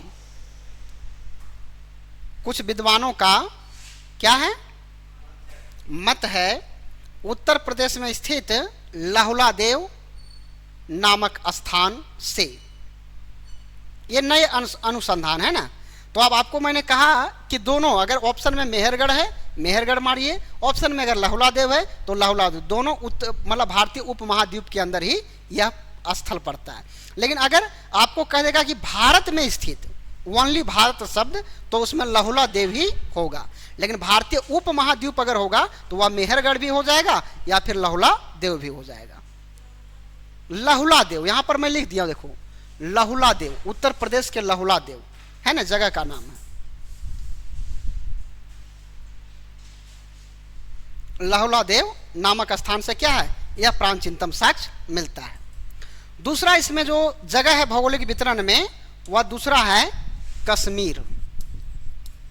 भारत में ये जो कश्मीर है वह कश्मीर में है, और कश्मीर में दो जगह का नाम है, एक है बुर्जरोहोम है ना, और दूसरा जो है गुफकराल है ना। हाँ, दूसरा है, एक है बुर्जरोहोम और दूसरा आपका है गुफकराल। ये दो जगह है ना।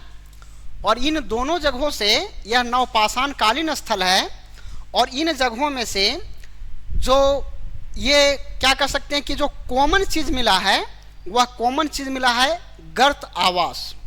ठीक है, इन दोनों जगहों पर क्या मिला है, गर्त आवास मिला है। गर्त आवास, गर्त आवास मतलब समझते कि नहीं, धरती के अंदर में खोद करके घर को बनाना है। आज के जमाने में समझो मेट्रो स्टेशन है ना, धरती को खोद करके अंदर बनाया जाता है मेट्रो स्टेशन, और पूरा एकदम मजाक पूरा लगेगा एकदम देखने में। अभी भारत के जो दिल्ली में स्थित राष्ट्रपति भवन है, उसके अंदर भी देखो घर है। कभी गए हो राष्ट्रपति भवन वगैरह? कभी जा करके देखना, उसके अंदर भी घर है। जो वित्त मंत्रालय है, रक्षा मंत्रालय, गृह मंत्रालय है, सब उसी के अंडर में है। नॉर्थ कैंपस और साउथ कैंपस है वहाँ पे। ठीक है, तो देखना उसके अंदर में भी घर बनाए गए।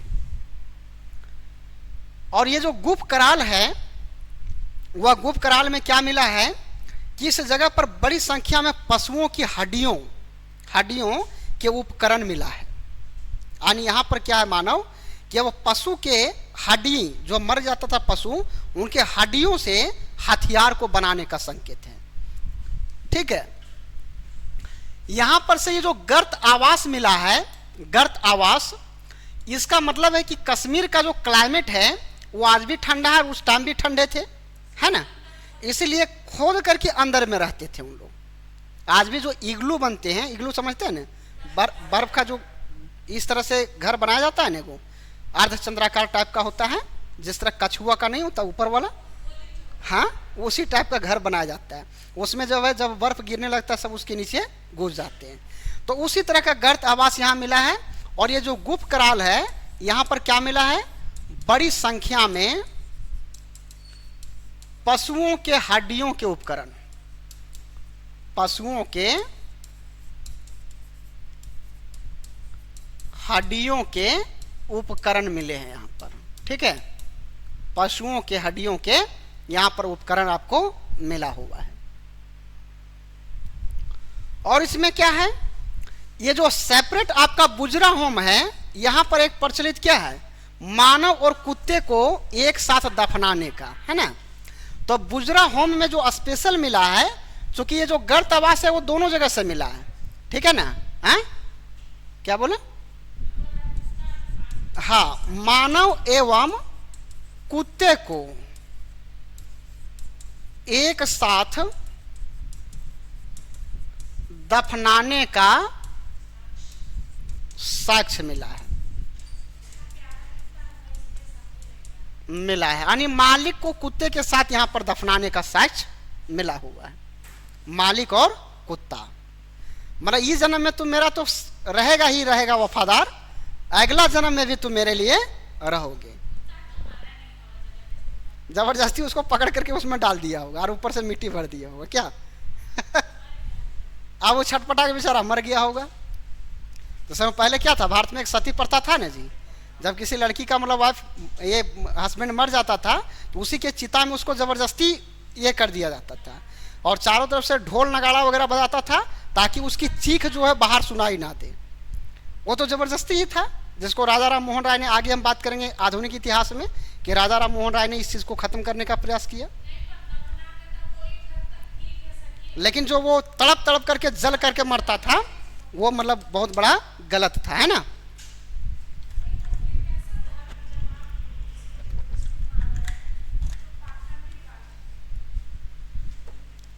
क्या कीजिएगा,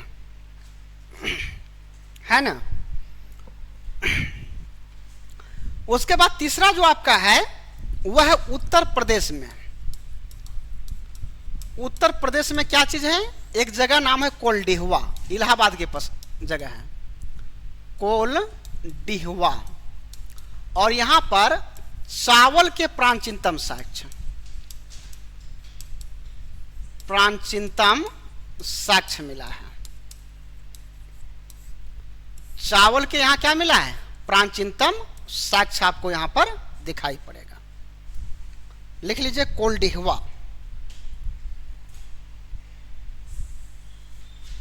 है ना,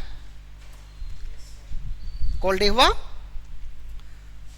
उसके बाद है बिहार में एक स्थान, बिहार, यहां पर एक चिरांद नाम का जगह है, पटना से 40 किलोमीटर पश्चिम। यहां पर क्या मिला है, हड्डियों के उपकरण। अब पटना से 40 किलोमीटर दूर है, यानी पटना ही जिला में पड़ता है ना, यह पटना जिला में पड़ता है चिरांद। और एक जगह का और नाम है बिहार में ही, सेनुवार। यहां पर चना एवं मूंग के साक्ष्य मिले हैं।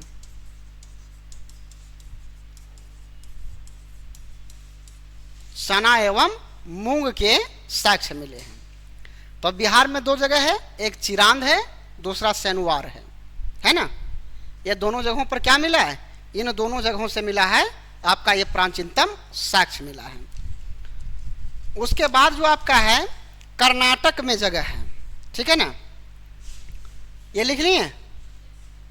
उसके बाद आपका है कर्नाटक। कर्नाटक में एक जगह आपका है जिसका नाम है ब्रह्मगिरी। हाँ, यहां पर रागी के प्राचीनतम साक्ष्य है, रागी के प्राचीनतम साक्ष्य मिले हैं। मड़ुआ, मड़ुआ जो अभी हम लोग मड़ुआ कहते हैं ना, वही। और एक जगह का नाम है पिकली हल।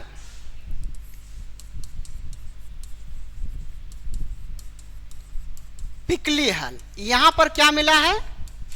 राख के ढेर के साक्ष्य मिला है। पिकली हल ये कर्नाटक में है ना, राख के ढेर या टीले, ठीक है ना, उसका साक्ष्य मिला है।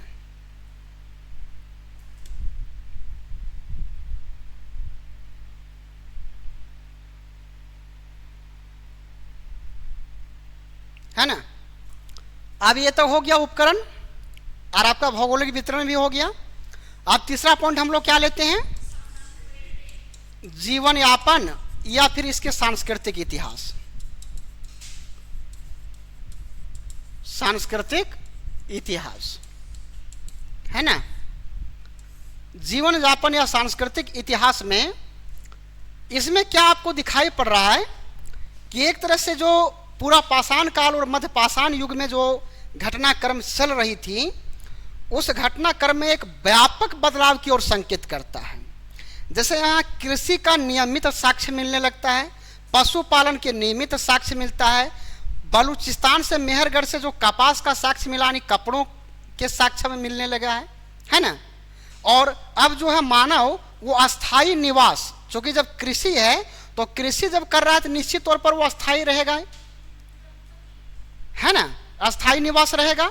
तो इन सभी चीजों का एक व्यापक बदलाव की ओर करता है। इसलिए कहा जाता है कि नवपाषाण काल के जो लोग थे वह एक तरह से कह सकते हैं कि वह सभ्यता के द्वार पर खड़ा था, है ना। तो लिखिए पहला पॉइंट, इसमें पॉइंट नंबर 1 में लिखिए, उसका पहला पॉइंट लिखिए। लिखिए नवपाषाण काल को, अरे नवपाषाण काल को नवपाषाण क्रांति भी कहा जाता है। नवपाषाण काल को नवपाषाण क्रांति भी कहा जाता है, क्योंकि इस दौर में मानव के जीवन में क्रांतिकारी बदलाव दिखाई पड़ते हैं। क्रांतिकारी बदलाव दिखाई पड़ते हैं। जैसे कृषि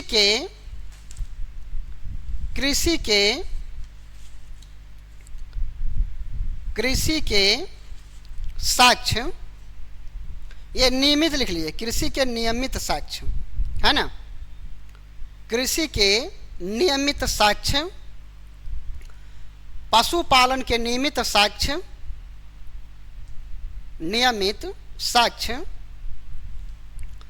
अस्थाई निवास की प्रकृति, ये प्रकृति नहीं, अस्थाई निवास की प्रवृत्ति, कपड़ों के साक्ष्य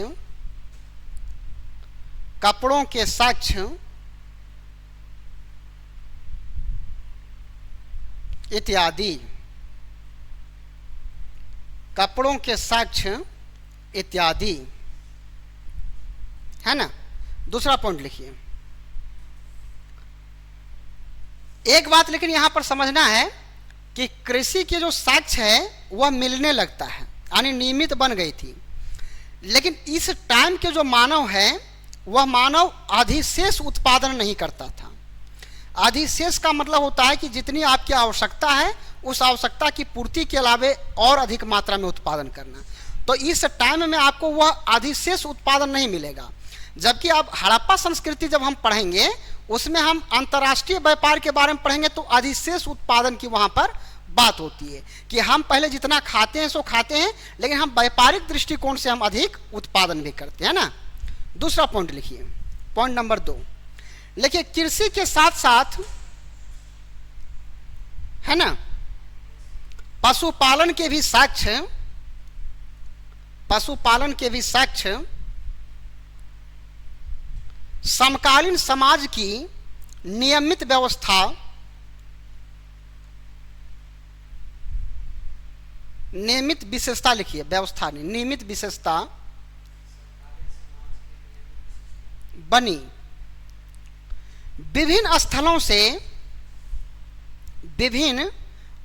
से मिट्टी के बर्तन, ब्रैकेट में आप कर लीजिएगा, हाथ एवं चाक से निर्मित। मिट्टी के बर्तन ब्रैकेट में आप कर लेंगे, हाथ एवं चाक से निर्मित। हाँ, चाक जो कुम्हार लोग अभी चाक से नहीं बनाते हैं, वो चाक से निर्मित, ब्रैकेट क्लोज कर दीजिएगा। बर्तन लिखें, ब्रैकेट क्लोज कर, बर्तन के भी पर्याप्त साक्ष्य मिलते हैं। विभिन्न स्थानों से मिट्टी के बर्तन, ब्रैकेट में आपने लिख लिया चाक एवं हाथ से निर्मित, ब्रैकेट क्लोज कर देंगे, के भी पर्याप्त साक्ष्य मिलते हैं, के भी पर्याप्त साक्ष्य मिलते हैं। इसने भी मानव के जीवन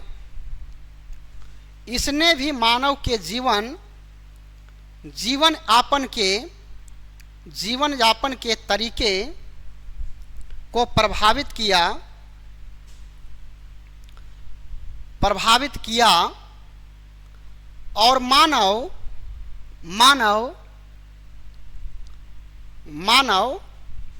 अब उपभोक्ता से उत्पादक के रूप में परिवर्तित हुआ। उपभोक्ता से मतलब क्या हो गए, परिवर्तित होकर के उत्पादक के रूप में परिवर्तित हो गया। क्या नहीं था, कोई प्रॉब्लम छोटा है कहीं क्या किसी का, नहीं ना? चलिए ठीक, नेक्स्ट पॉइंट लिखिए।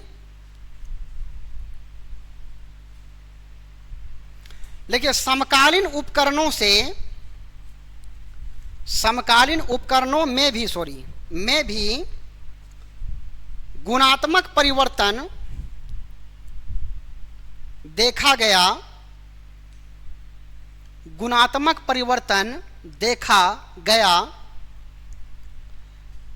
जैसे वैसे पत्थरों का प्रयोग जिसका उपयोग दोबारा किया जा सकता है। वैसे पत्थरों का प्रयोग जिसका दोबारा प्रयोग किया जा सकता है। जा सकता था लिखिए, है नहीं, जा सकता था। फलतः मानव बस्तियों की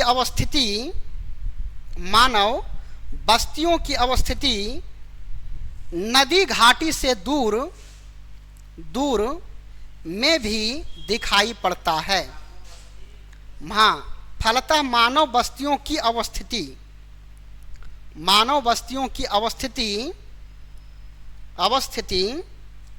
नदी घाटी से दूर भी दिखाई पड़ती है। नदी घाटी से दूर भी दिखाई पड़ती है। इसका मतलब कि अब हथियार में जो गुणात्मक परिवर्तन हुआ ना, अब क्या हुए कि मानव जो प्राकृतिक घरों में निवास करते थे, जैसे में गुफा वगैरह में, वहां से अब वो निकलने लगे और निकल करके अब नदी घाटी वाला जो इलाका था वहां से छोड़ करके अब दूर दूर में भी लोग बसने लगे, है ना। और चूंकि झूम कृषि करते थे, जंगलों को उजाड़ते थे, फिर कृषि किया, वहां उपजाऊ मिट्टी हो गया, आगे बढ़ करके फिर वहां से ये हो गया, है ना। नेक्स्ट पॉइंट लिखिए। देखिए, इस दौर में मानव के द्वारा पहिए का सर्वप्रथम प्रयोग किया गया। पहिए का सर्वप्रथम, हाँ, इस दौर में मानव के द्वारा पहिए का सर्वप्रथम प्रयोग, पहिया चाक, पहिए का सर्वप्रथम प्रयोग किया गया, सर्वप्रथम प्रयोग किया गया, जिसका मानव के जीवन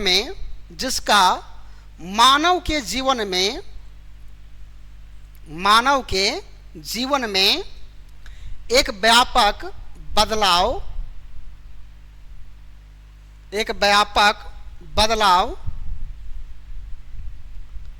या फिर क्रांतिकारी प्रभाव पड़ा।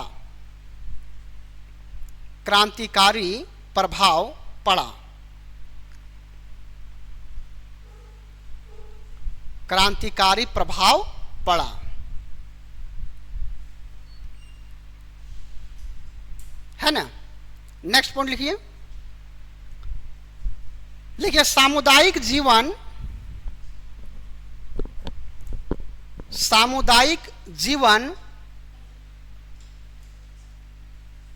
सामुदायिक जीवन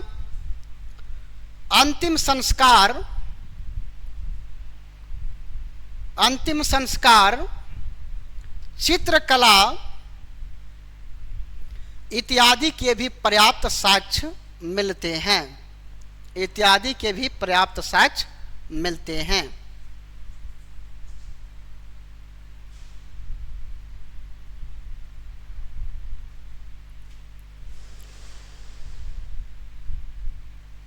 है ना।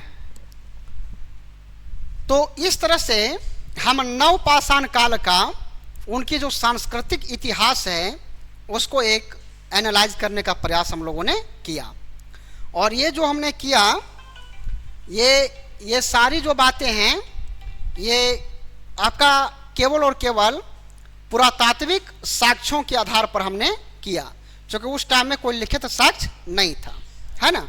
लिखित साक्ष्य आपका नहीं था। तो इस तरह से पूरा पाषाण काल, मध्य पाषाण काल और नवपाषाण काल, यानी जो पाषाण काल वाला कॉन्सेप्ट था वो आपका आज कंप्लीट हो जाता है। अब इससे कोई संबंधित सवाल आपको तब मिलेगा जब आप लोग किताबों को पढ़ेंगे, और नहीं तो हमको तो नहीं लगता है कि जितना मैंने आपको लिखा दिया उतना से आपको बाहर, चूंकि हमने सारी चीज़ को जो फॉलो किया है वो रामशरण शर्मा की जो बुक है उस बुक में ये सभी चीज़ें दिया हुआ है। चाहे तो आप उसको पॉइंट टू पॉइंट उसको मिलाइए, लेकिन जो हमने एनालाइज करके आपको जो पॉइंट पर ये लिखाया उस तरह से वहाँ नहीं मिलेगा। वहाँ पर सारे के सारे एकदम पूरा इकट्ठे में डाला हुआ है। तो उस चीज़ को मैंने क्या किया, पॉइंट फॉर्म में एनालाइज कर दिया कि जब अगर आपको कभी टिप्पणी करने के लिए कह दिया जाए, है ना, तो टिप्पणी आप लोग कर सकते हैं। प्रश्न लिखेंगे, लिखने का प्रयास करोगे? लिखिए, क्वेश्चन लिखिए, तो लिख लीजिए प्रश्न को।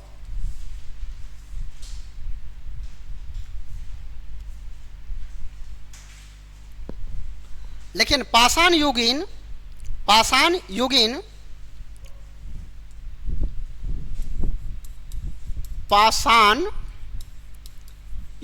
है ना, क्वेश्चन आपका है पाषाण युगीन आदि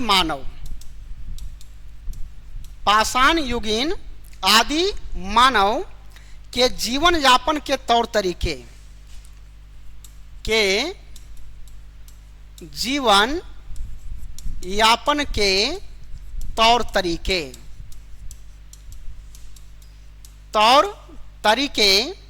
को समझने, तौर तरीके या संस्कृति का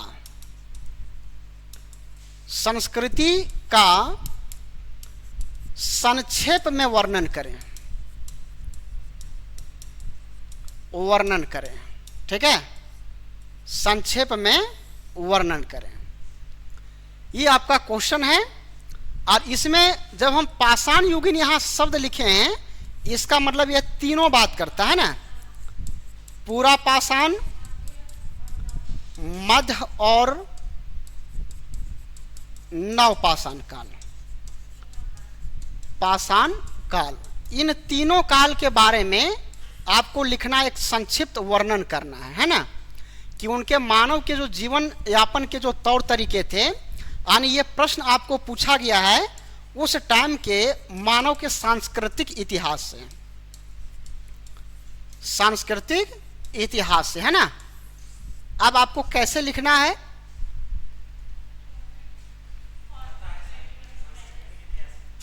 ना? वो फॉर्मेट तो आपको आ गया ना जी। मैं ये प्रश्न के माध्यम से उस फॉर्मेट पर हमने ला करके पटक दिया आपको, है ना? कौन सा फॉर्मेट है कि पाषाण युगीन आदि मानव के जीवन यापन के तौर तरीके। तो जीवन यापन के तौर तरीके मैं बार बार कह रहा हूं कि वो सांस्कृतिक इतिहास की ओर आपको संदर्भित कर रहा है, इंगित कर रहा है। तो मानव के तौर तरीके, जो उनके जीवन की जो जीने की पद्धतियां थी, वह पद्धतियों को आपको वर्णन करना है। तो आपको सिंपल सा क्या करना है, तीनों काल की जो सांस्कृतिक इतिहास है उस सांस्कृतिक इतिहास को आप लोग को लिख देना है, टू दी कॉपी पेस्ट कर देना है ना। समाज में वैसा कुछ था ही नहीं उस टाइम। एकमात्र जो चीज है वो सांस्कृतिक इतिहास की ओर हमें दिखाई पड़ता है। तो आपको यहां पर क्या करना है, सांस्कृतिक इतिहास को चिपका देना, ला करके हमने जो आपको लिखाया वही चीज को कॉपी पेस्ट कर देना है, अपने मन से लिखना है ना। हाँ, लेकिन एग्जाम में ज्यादातर कॉपी पेस्ट करने का प्रयास कर देना है यार। अरे एक बात सिंपल सा, अभी हाँ भाषा बदल जाएगा। जैसे मैंने अपने तरीके से आपको लिखाया, मैं भी इसको देखो, ये किताबों को देखो किस तरह से मैंने किया, ये सब देख रहा है ना। यहाँ से मैंने इस पॉइंट को निकाला और उसको एनालाइज करके अपनी भाषाओं मैंने आपको लिखा दिया। अब आप अपनी तौर तरीके से उसको लिखेंगे, लेकिन उसका जो करक्स होना चाहिए वो यही होना चाहिए, है ना। तो इसी चीज को मैंने आपको यहाँ पर लिखने के लिए बारे में बोल रहा हूँ। और आप लोग को क्या करना है, किताब पढ़ना है ना। आपने पहले भी इतिहास पढ़ा होगा, लेकिन कुछ तो लगा होगा कि नहीं डिफरेंट है यहाँ पर, है ना। तो इस चीज को आप लोग ध्यान में रखते हुए क्वेश्चन को लिखना शुरू करिए। ये है क्वेश्चन, और क्वेश्चन लिख दें, एक ही क्वेश्चन, चलो ठीक है, एक ही क्वेश्चन बनाइए। हाँ, एक ही क्वेश्चन को बनाइए और उसी को एकदम, लेकिन लिखिएगा गलत ही गलत, सही ही सही लिखिए। क्योंकि मैंने आपको बोला सिविल सेवक बनने का एक ये भी है कि बैठना उसको आ जाए और बैठ करके पढ़ना और लिखना आ जाए। अरे गलत ही लिखो ना, कौन अभी आपको यहाँ कॉपी चार्ज कर रहा है, यूपीएससी और जेपीएससी वाला, है ना। आप अपने से लिख डालिए, कुछ भी लिखिए, लेकिन लिखिए। और इस तरह से जो मैंने आपको आंसर शीट दिखाया ना, उस प्रकार की मार्केट में कॉपी मिलता है, खरीद लो उसको। जेपीएससी का कॉपी के लिए मिलता है आपको रूलिंग पेज वाला, यूपीएससी का आंसर लिखना है तो बड़ा पेज वाला लिखिए, ये क्या कहते हैं कि व्हाइट पेज वाला लिखिए। तो इस चीज़ को आप लोग लिखने का प्रयास करिए। हमारे साथ आप लोग लिखने का प्रयास अगर करते रहेंगे तो मैं आपको गारंटी के साथ करता हूँ, निश्चित तौर पर कहता हूँ कि वह समय दूर नहीं है जब एक अच्छा उत्तर को लिखने के लिए आपको आ जाएगा और आप बेहतरीन परफॉर्मेंस करोगे, है ना। अब कल की जो हमारी कक्षा होगी, अब मेरा शेड्यूल देखेंगे कि कल मेरी शेड्यूल है या नहीं है। 2 दिन का शेड्यूल अभी हमको मिला था, तो कल देख लेंगे शेड्यूल है ना, तो आपको हम सूचना दे देंगे, ठीक है। लेकिन जब भी हमारी क्लास होगी उस क्लास में हम बात करेंगे पाषाण युगीन चित्रकला के बारे में, क्योंकि उस टाइम के सांस्कृतिक इतिहास में एक बहुत बड़ा एक टर्निंग पॉइंट है। जैसे भीमबेटका के जो गुफाओं में जो चित्र मिला है, उन चित्र के उसके बारे में हम लोग कैसे लिखेंगे, उसके चित्र को कैसे बनाया गया था, क्या चीज़ की सामग्री यूज किया था, किन पत्थरों से ये किया गया, वो सब चीज़ हम बात करेंगे। उसमें क्या जो उनकी चित्रकला था, उनका क्या उस टाइम के तत्कालीन जो हमारा जीवन यापन है उसका क्या वहाँ पर रिफ्लेक्टेड होता है कि नहीं, उन सब चीज़ों पर बात हम लोग कर लेंगे, है ना। तो आगे की जो हमारी क्लास होगी वो पाषाणकालीन चित्रकला पर होगी। उसके बाद हम लोग घुस जाएंगे कहाँ, ताम्र पाषाण युगीन में। और ताम्र पाषाण युगीन को हम लोग कहते हैं पूर्व हड़प्पा काल, उसको प्राक हड़प्पा या पूर्व हड़प्पा काल कहते हैं ना। उसके बाद हम लोग क्या करेंगे, यानी हड़प्पा के पूर्व के काल बात करेंगे, उसके बाद फिर हड़प्पा सभ्यता में आएंगे, फिर हड़प्पा के बाद उत्तर हड़प्पा की बात करेंगे, है ना। उत्तर हड़प्पा क्या, और जब उत्तर हड़प्पा खत्म हो जाएगा तब फिर हम लोग आएंगे वैदिक संस्कृति पर। लेकिन हमारा पढ़ाने का जो फॉर्मेट वही होगा, आपका राजनीतिक इतिहास, सामाजिक, आर्थिक और सांस्कृतिक इतिहास, और इसी 4 फॉर्म पर पूरा प्राचीन भारत, मध्यकालीन भारत और आधुनिक भारत, ये सभी चीज़ें ये होगा। साथ ही मैं एक चीज़ और यहाँ पर इंगित कर देना चाहूँगा कि अभी तक जितने भी जेपीएससी और यूपीएससी का सवाल जो अधिकतम पूछे जाते हैं, वो सारे सवाल सांस्कृतिक इतिहास से ही पूछे जाते हैं, है ना। जिसमें कला हो गया, और कला में भी मूर्ति कला, चित्रकला, स्थापत्य कला, ये सारी कलाएँ, अन्य कलाओं में संगीत, नृत्य वगैरह। उसके बाद हम लोग धर्म के बारे में, साहित्य के बारे में, वैज्ञानिक उपलब्धि के बारे में सर्वाधिक सवाल वहाँ से पूछे गए हैं। तो इसका मतलब हम लोग को क्या करना है कि हम अगर सवालों को एनालाइज करते हैं तो हमारी जो संकेत है वो इस दुनिया में सबसे ज़्यादा ये बात करता है, ये एरिया में।